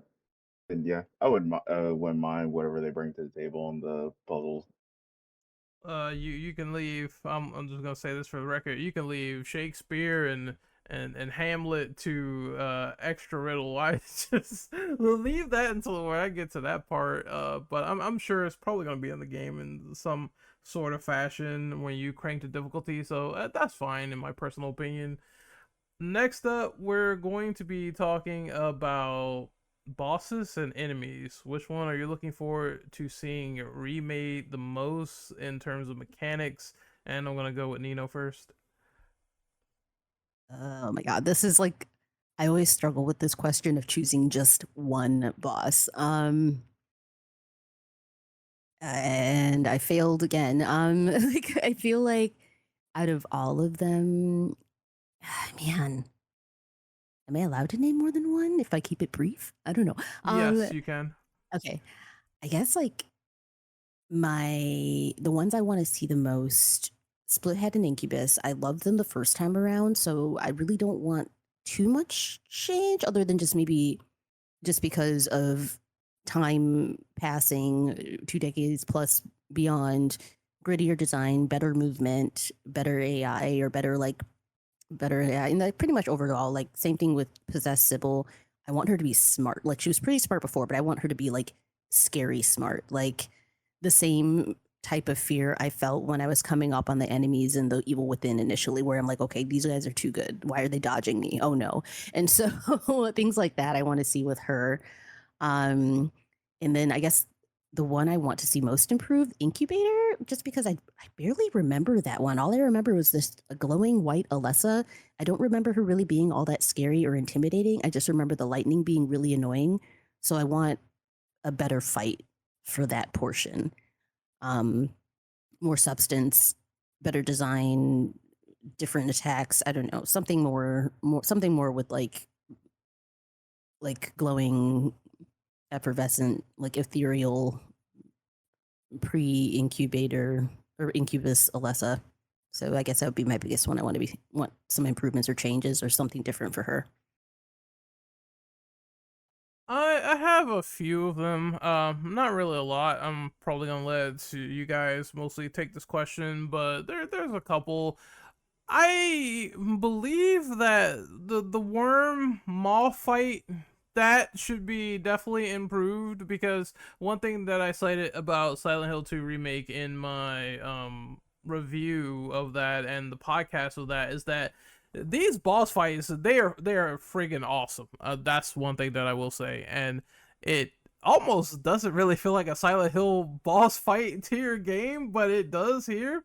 And you fight these enemies, and they're like Dark Souls phases, like phase 1, phase 2, phase 3. And I believe the moth slowly evolving to damage from the worm to the rooftop, that will be awesome if they get it right, and just make it kind of creepy in a sense before you kill it. The other one I want to see definitely get more of some challenge is the lizard, because it's okay. So I'm not shitting on this boss, just letting people know, but I am critiquing it in a way where it's like you shoot it in the mouth one time, it's dead, but then it's like it's a little bit of a fail state to it. If you do it incorrectly, then you're gonna get chomped on in one hit and you're gonna die. So there's a weird part of my brain that likes it, and the other part of my brain that hates it, because when you get it right, it's way too easy. It's one shot, is dead.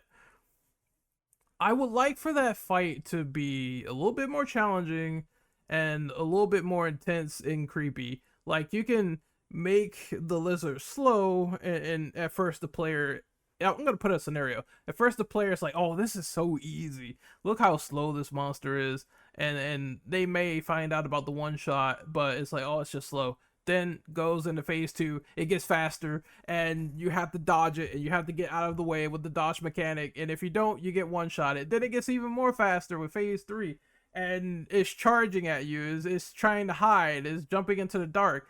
That's what I want to see with that fight, and I believe doing it in that fashion is going to make that fight very, very creepy. And I'm normally not a fan of bosses that do one-hit kills, but if they get it that way, that's going to be the rare exception for me. I'm going to definitely love that fight very much. And then regular enemies, I would say the Mumbler is going to be pretty creepy because giant ape man chasing you in the street. I want to see what they do to the lizard enemies in the sewer because they are going to be entirely different. And the gray children as well. Like, how are you going to make these children with knives super scary? Remember they censored them at one point, I believe, in the UK version of Silent Hill, when they turned them into the small enemies with, like, they weren't gray, they were kind of red, and it looked disturbing and weird.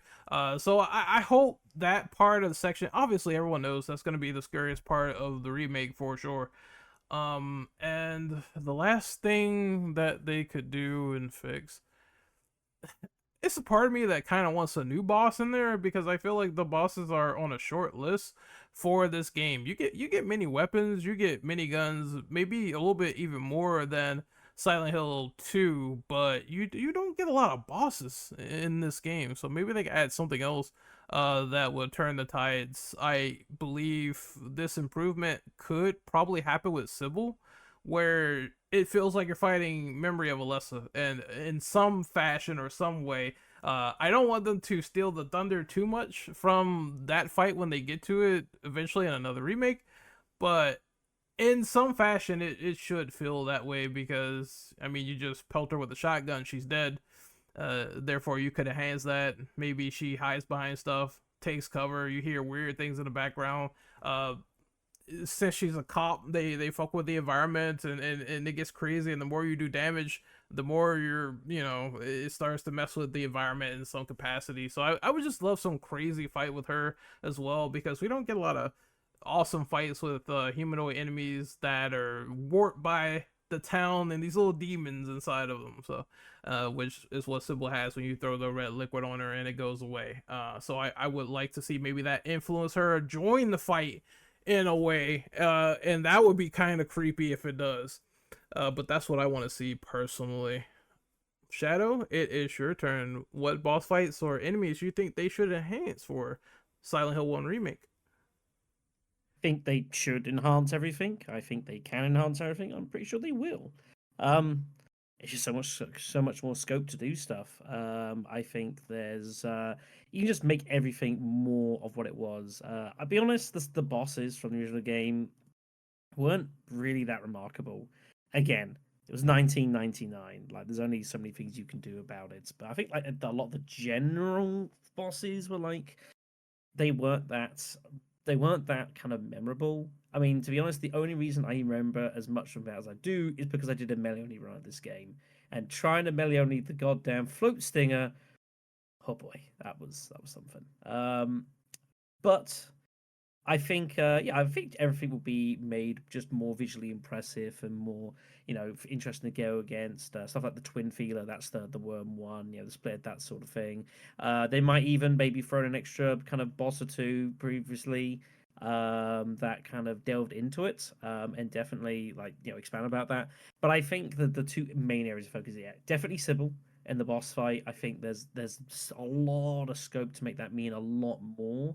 And then obviously how the end bosses are dealt with, because really the end bosses were just kind of like, here's the thing you need to kill. It's just going to throw a load of shit at you that you can't really block. I hope you're ready to kill it. And either you did or you didn't, or in the case of my only run, you just run around in circles for 8 minutes and wait for the game to just end it for you. And I was like, oh, that's nice, appreciate that. Kind of what it was. So yeah, I think there'll be plenty of improvements for the bosses. I think they'll main more.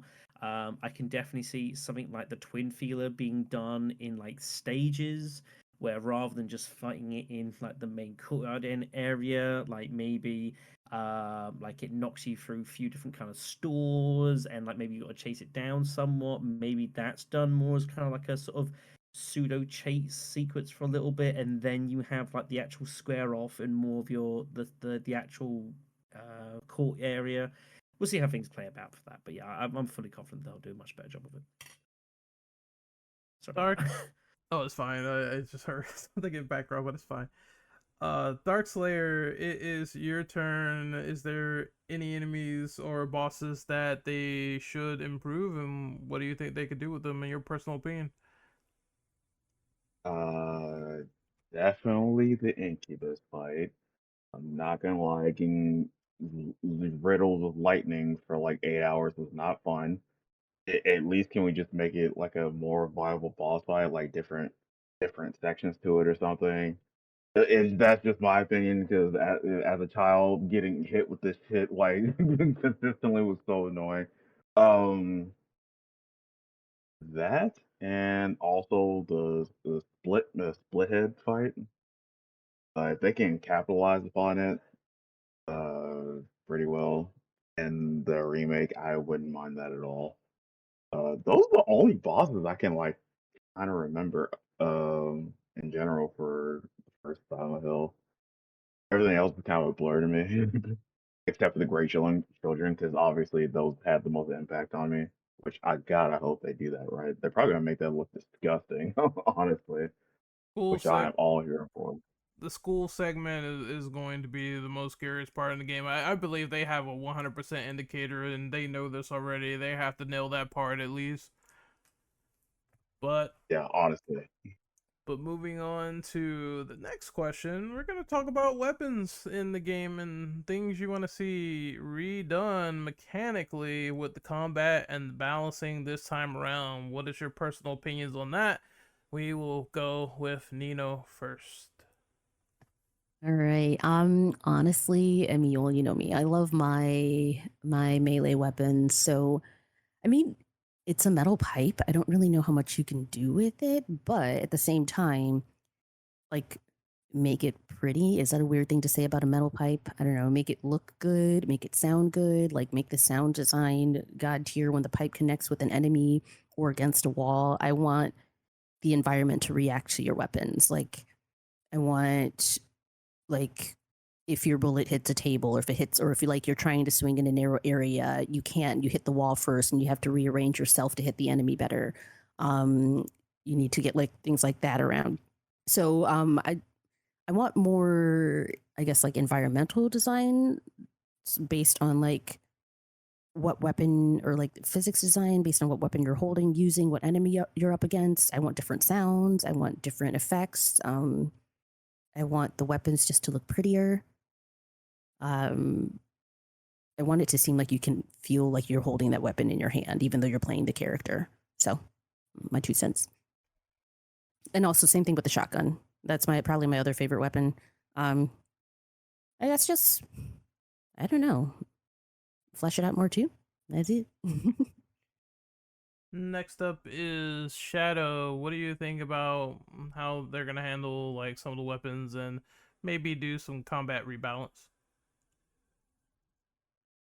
I'm slightly nervous because while we mentioned a little bit earlier about how was handled in Silent Hill 2 Remake, and that I'm kind of hoping they tone it down a little bit, I don't think they're going to. I don't think they're going to like make it even more ham. But I don't know. I don't feel like they're gonna like tone it down. I think you're still gonna have some section of this game, especially like in the hospital, which are gonna be kind of very grindy. There's gonna be enemies just all over the damn spot. You're gonna have to do a bit of backwards and forwards. And there's gonna be some unfun ambushes where you're gonna have to try and like get yourself out of trouble, and it's gonna be not particularly pleasant. There's gonna be some bullet sponges.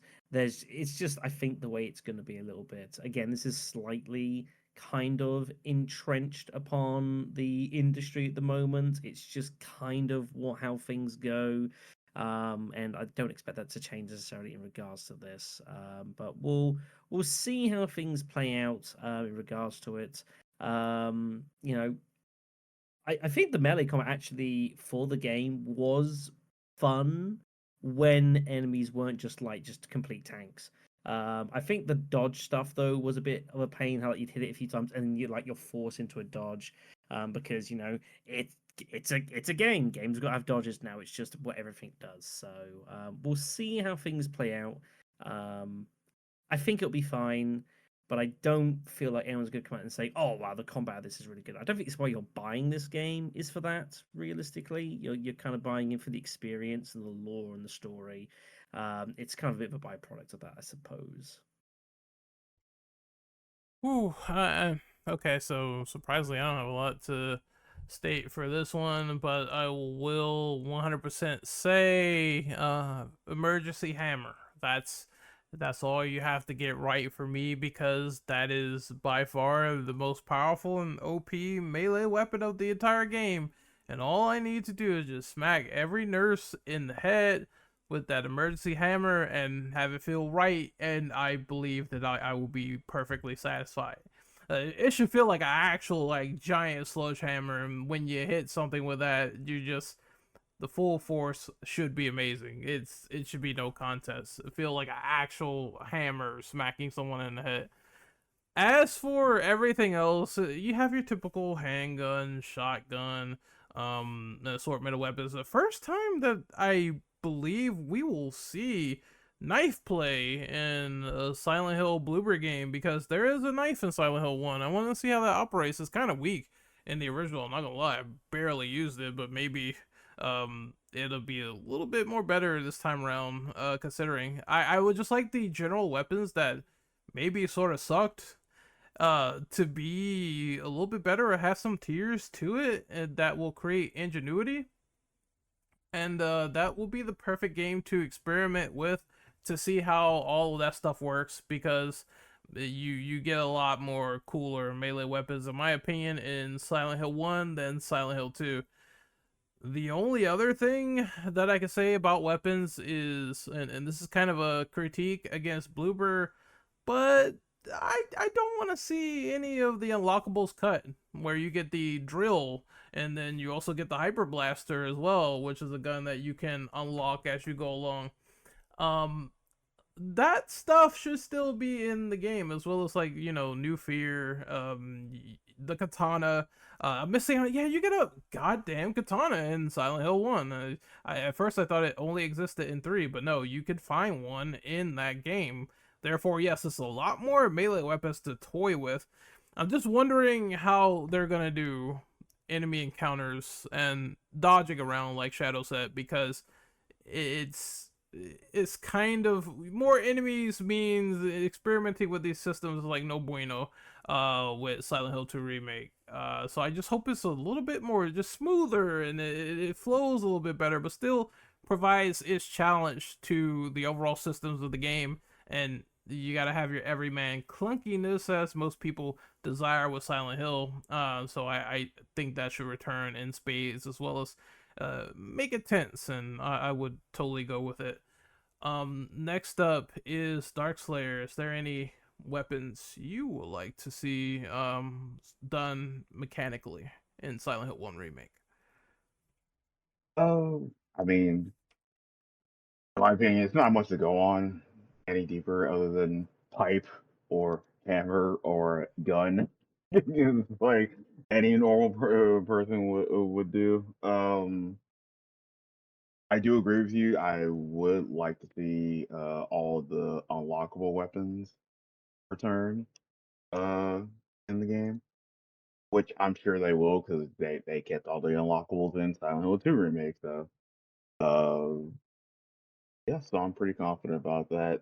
Mechanically, yeah, I'm not gonna lie. I'm probably gonna laugh my ass off the entire time with the pipe, because if they do the noise where it's like ping ping ping ping like against the nurse, Yes, exactly. That's what I need. I would just completely lose it the entire time. I'm not gonna lie. I might. I kind of want to see someone do some editing, like with the metal pipe meme noise with the on somebody hitting the nurses with it. Other than that, Yeah, just we can keep it to where Harry Mason is just like someone mentioned earlier, is just like a dad and not like a trained like sleeper agent for no reason with all Yes. these weapons. Keep him Then clumsy. exactly. Like maybe add some animations where you whip it and he like trips over himself or something. That would be nice. um, yeah, that's pretty much it on my part. Also, I want to add Anybody want a. to add? Oh, good. Ooh, you go. I was just gonna say, Oh, like you said, like when you're saying make an animation of a tripper or something, I was like, one of my favorite things I always loved in the original was if he was running hard enough and you tried to stop him, he would just fully like full stop hit the wall. So I'm like, please keep that animation where he can't stop himself in time and he runs into walls and like face first. And so I Like, want that. I remember that, and he falls over too. If you run over the steps at a certain angle, I remember that. What was I gonna say? Damn it! It came and went. Oh, I was gonna say correction. There is some cut weapons, unfortunately, for Silent Hill 2 remake. I think, well, it's kind of existent in the game, but there's the great knife, but you don't get to use it, unlike the original, and the hyper spray. But again, we don't know if they're going to do an update for Silent Hill 2 when that eventually goes to Xbox in October. I guess we will find out if they come out with Born from a Wish or not with the DLC during that time. But we're gonna move on to the next question. That's question number 10. How should they handle the endings and the fate of Sybil Bennett? I talked about this before in my notes and on the video, but according to what I found out, there was some director turmoil, I guess, where Ito and some of the other directors of Silent Hill 1 and people from Silent Hill 3, they had a sort of fit of not knowing if Sybil was alive or dead in canon. One guy was like, "Oh yeah, she's alive." The other guy was like, "Oh yeah, she's totally dead. By the way, she's dead off screen and she's not coming back." Uh, do you want them to amend this problem moving forward? Yes or no? And I sort of want to go with Shadow first on this. How do you think they should handle the endings and the fate of Sybil Bennett? I mean, well, Sybil surviving was because this break gets kind of weird, obviously, in regards to what's canon and what's not. And yeah, like what happens with Sybil is not exactly proper canon, is it? The whether it was good or bad depends on whether you find the vial, if memory serves, and like obviously doing that to get rid of like the incubus, incubator, whatever sort of thing. That was the actual canon part, and then there was like the plus or minus depending on what happened to Sybil. Um, I being honest, and this is a complete stab in the dark, I think she's just going to live. I maybe there might be a one or two specific endings that means she doesn't, but I don't know. I just feel like I don't I don't think there's a whole. Is Silent Hill 1, was it a better game because Sybil could live or die? Just run it out there. Like, did that make it a better game? Not really. I guess it mostly just stems from, oh, people noticed this popular character that they liked, and the developers had some confusion going into Silent Hill 3. Oh, should they keep her alive or not? We necessarily don't know. So that's kind of where I'm at. I feel like if I had to guess, I feel like they're going to rework the game in such a way where like you get the vial. I don't think that's going to be optional. And I feel like you're gonna have the Sybil fight, like fight her for a little bit, and then like after having fought her enough, a cutscene will play where you end up using the vial on her, and then the parasite leaves her, and you kind of carry on. I don't think it's going to be optional. I don't think necessarily that it should be optional because it just feels like it's the logical way that the game should proceed. Maybe there's a way that Sybil could like perish later on in something that we've not seen before. See that happening, maybe. But I think in regards to like the violence stuff, I think it should all just be largely mandatory. Just streamline the process. I don't think the a remake of Silent Hill 1 has any particular like a huge benefit for like making that different. If you want to play around with other elements of the story, I think that's fine. But realistically, I think just put it into canon, just hardwire it into the game, and then have any deviations you want to be affecting things outside of that. But I think as far as like that specific part of the story, I think you should hardwire it in and just call it a day. Okay, I'm gonna give my opinion on this. I'll keep it short, and I'm just gonna say a couple of things. But if even the directors have no idea what's going on at this point, and some of the writers between, oh, is she alive or dead or how, or which ending is canon, which one is not canon, oh, it's the good plus, oh, it's not the good plus ending, it's one of the bad endings, or the bad negative, or the bad minus. Bloober needs to get this resolved as soon as possible, because when I read this the first time, even I was confused as to what they were going for. It just seemed like the Silent Hill 3 director just wanted her dead in order to craft the story that he made in that game. And it was incredible. It's a good story after playing it. But considering so many people are saying different things about it, I believe this is the perfect opportunity to wipe the slate clean. Not have any confusion, just straight up either she lives or dies, and this is the canon that we're going with. This is one of those rare situations where I do agree with Shadow. If they cut that optional choice segment right there, I would be totally fine with it, because it already creates so many issues to begin with, and it just feels like the developers never really figured it out outside of the extreme option, which is, oh, we'll just go with some version where she dies and that's it, and it's just kind of not clear cut.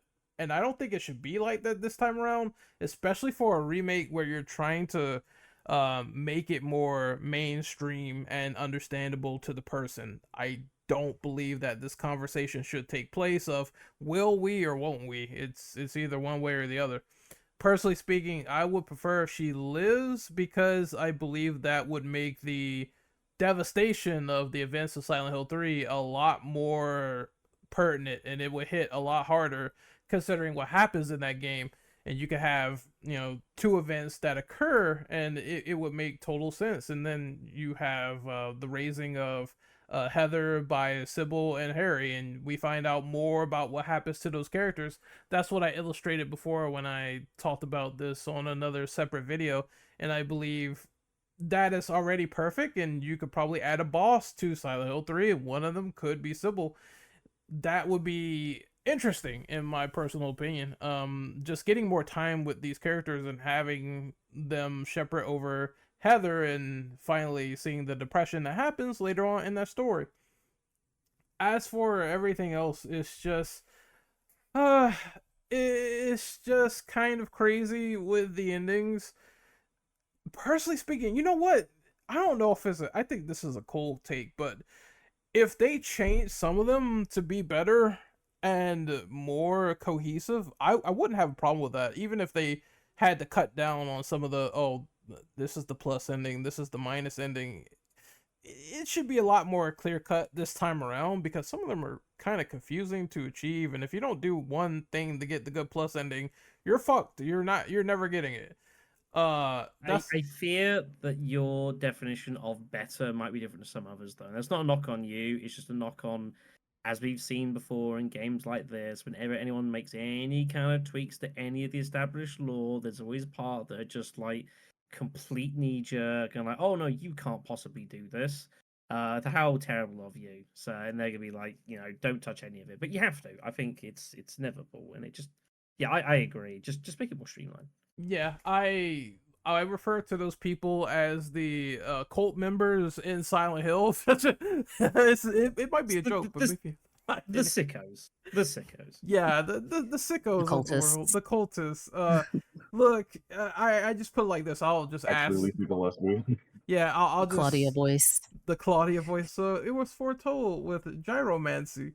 But I'll put it like this, and it's like you just have to pick. It's a yes or no. Do you want more streamlined endings where they're still good and they're sensible to achieve, or do you want a confusing mess where what we have now is directors and writers not agreeing on terms and conditions and making up things where the mainline canon shouldn't go for this run around. Like I just think I would go with the latter personally, and I would want that setup to pay off later on, and that builds up Heather a lot more. All things considered, I don't think that it's a loss at all if they decide to workshop this stuff in, know what their canon is this time around, and it builds up to the third game, no problem. So that's personally what I would want, and that's what I would like to see.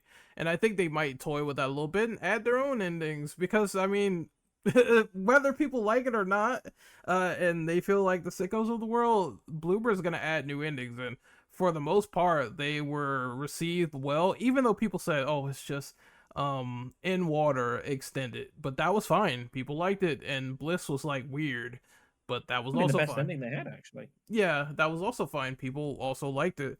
And if they do that spin as well to some of the bad endings or good endings, then I won't have a problem with it whatsoever. I think I'm totally fine with it.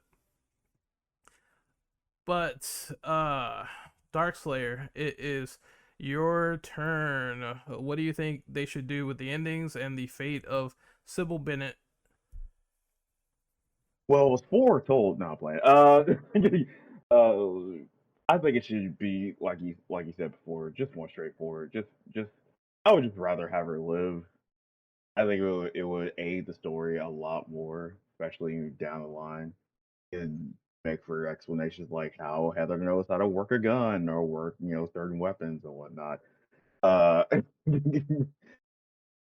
yeah, I just think more games like this should just have more straightforward endings or fates of characters just to tie into certain plot points. Just have Civil survive. I feel it would be way better that way, in my opinion.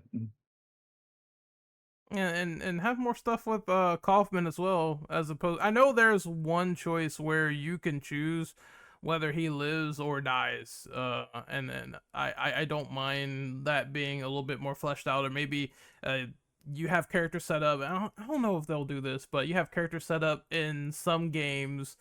Namely, I'm gonna name RE1 as an example. I believe you can get Burry killed twice.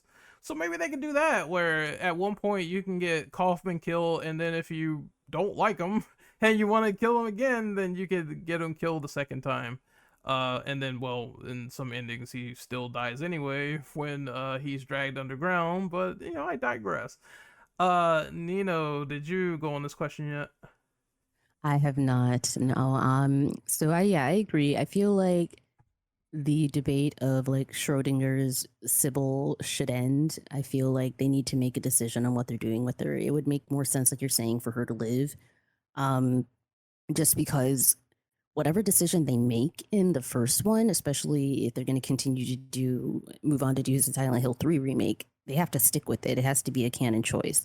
Like, unless they plan on doing something like the Dragon Age and Mass Effect games where your save from the first game transfers to the next game and whatever choices you made previously, whether you let her live or die, transferred, and that's too much. They're not going to do that. That would like bloat. That would mean we wouldn't get that next game for a while. So that's too much work. So just like make her live. I like the idea of her helping Harry raise Heather in the third one. So do something like that. Maybe give us a DLC to see what hijinks she's been getting up to while Harry's looking for his daughter, little girl, age 7, black hair. So that's my thoughts on that one. That reference was funny. It's like I understood that reference. Have you seen a little girl, short, black hair? There's it's not a question, but there is lines they need to keep, and I believe that line and foretold by gyromancy, that has to stay. Come on, it's stupid. The lines I casually say regularly in just daily life, just to see if anybody else catches the reference. I was like, gyromancy, wait, what? But we're going to move on to the final question of the podcast tonight. How do you personally look back on the first game in terms of memories? Do you think it still holds up today or no? And we will go with Shadow first. Oh, the old power of nostalgia. I say the last I played it was when I did a Melione run of the game. It was about 3-4 years ago, I think it was now, a little while ago. Um, it actually wasn't like the boss fights were brutal. Pretty much every single boss fight was brutal. Other than that, actually wasn't all that bad. Although I do distinctly remember having to go into the sewer section with no health. And I found there is an interesting mechanic where if you have like you're on the brink of death and you have no health items, you do actually regain a little bit of health. So it will let you like take a hit if you can avoid taking damage long enough. I had no idea it was a mechanic, but apparently it is. And I was like, huh, cute. Um, the game's like it's close to 3 decades old, and it's impossible to ignore. I still think like if you are a fan of like survival horror as a genre, like absolutely playing the first Silent Hill and just kind of like embracing it for what it is still a really enjoyable experience.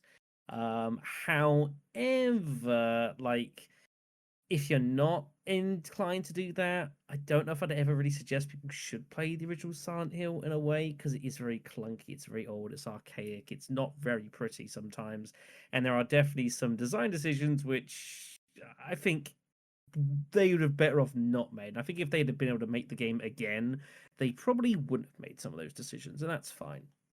Um, Obviously, it's still it's very cool and touching.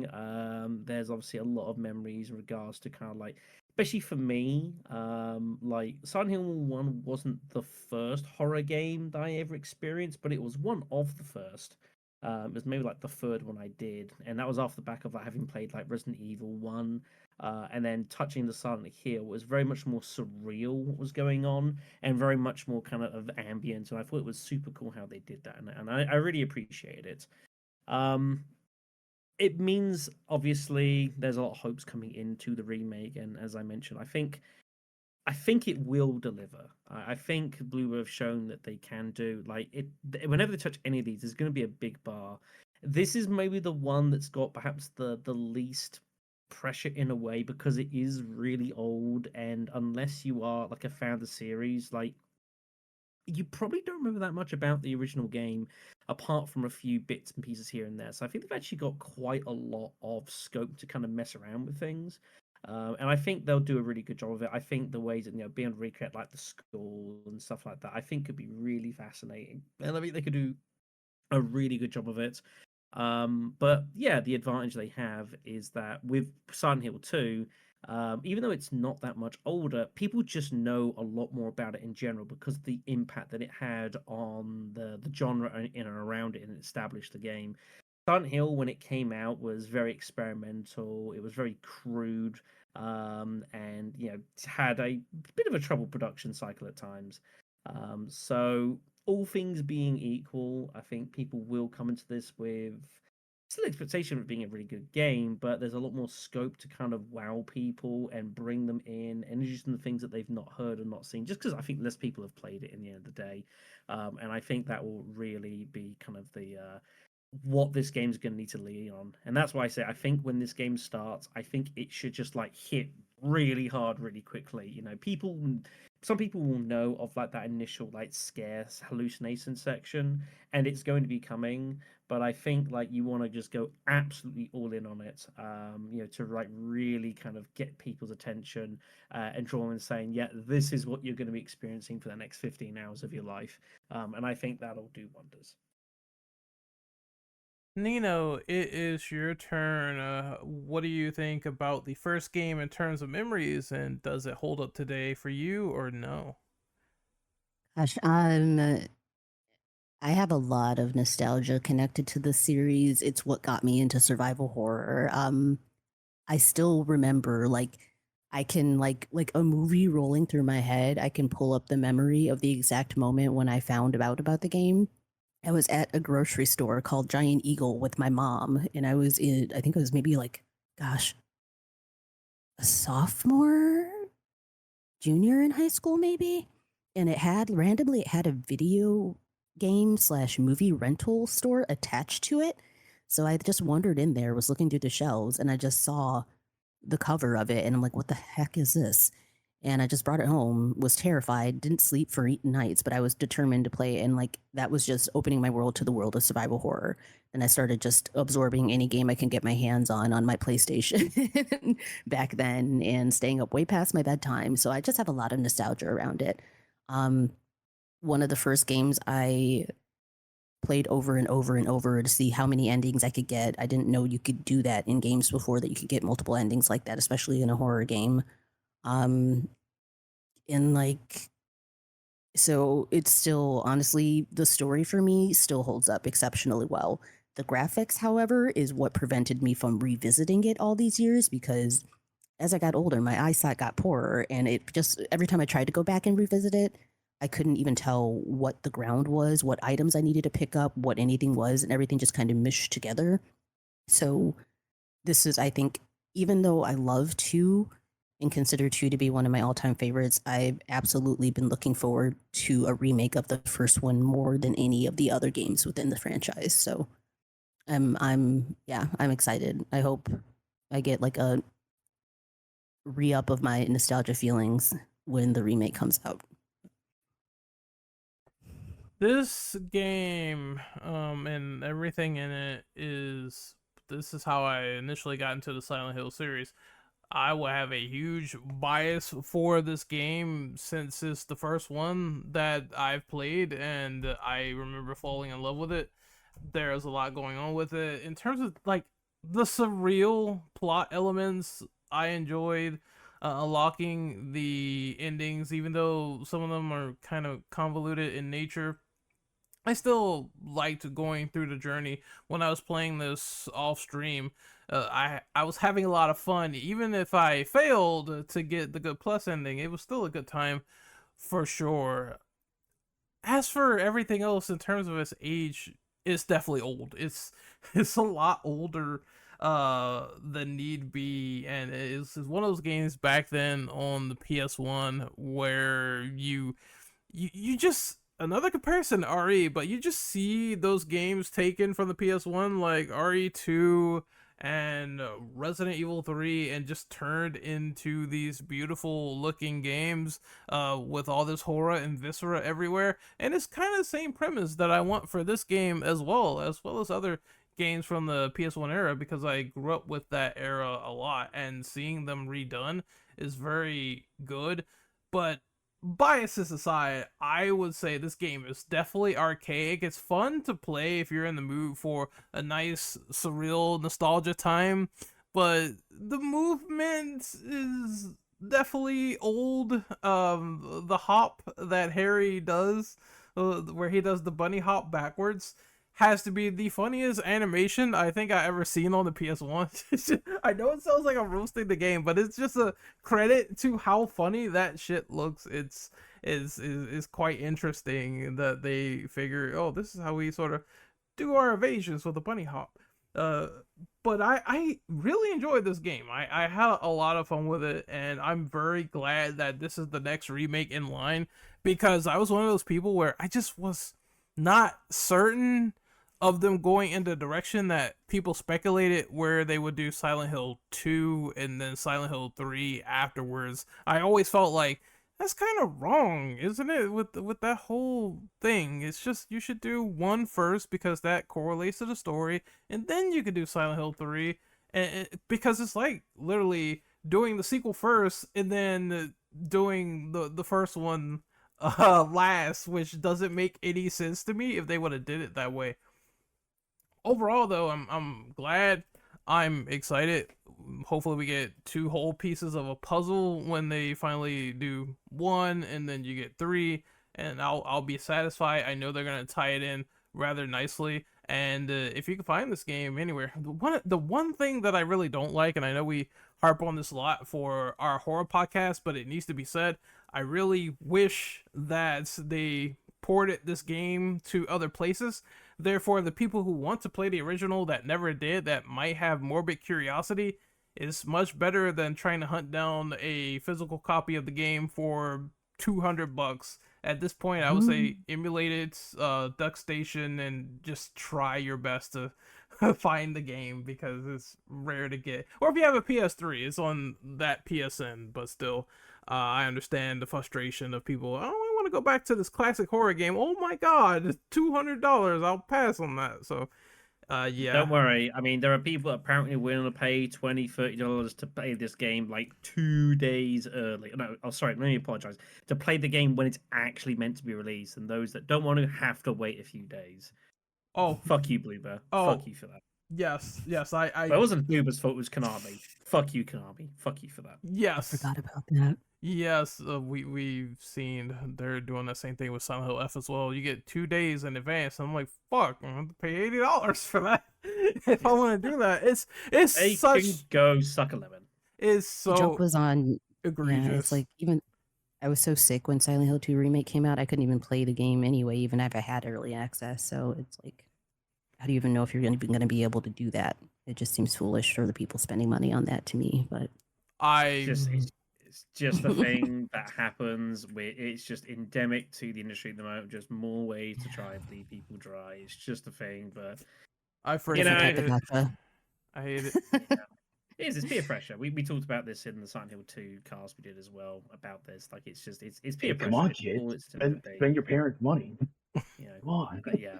Do not endorse this. Do not get this soon. 2 days. You can wait 2 days, kid. If you feel that you cannot wait 48 hours, you need to go touch grass, kids. Yeah, I don't. I want to say that they probably, they should ease up on this when Silent Hill 1 remake comes out. But like I said, we already see it with Silent Hill F. So Konami are just some greedy bastards. But I'm team physical media, so it doesn't matter to me anyway. I'm just gonna wait till my physical copy shows up of anything anyway. oh, that's actually great. Because 2 early days be damned. Like I said earlier, the hero we need. You get to avoid this BS. So kudos to Yep. you. That's probably why I didn't hear about it, because I was waiting for my physical copy in the mail anyway. So. Yeah. All this hashtag stuff, save our games. You're like, what are you talking about? I've got it right here. What's the problem? I say that as someone who still has my original PlayStation and my original copy of Silent Hill 1 in my guest bedroom. So physical media forever. Keep your olds, keep your favorites. Yeah, thumbs up for this, people. That is a good message all around. Keep your On that shit, bombshell, because it will go out of print.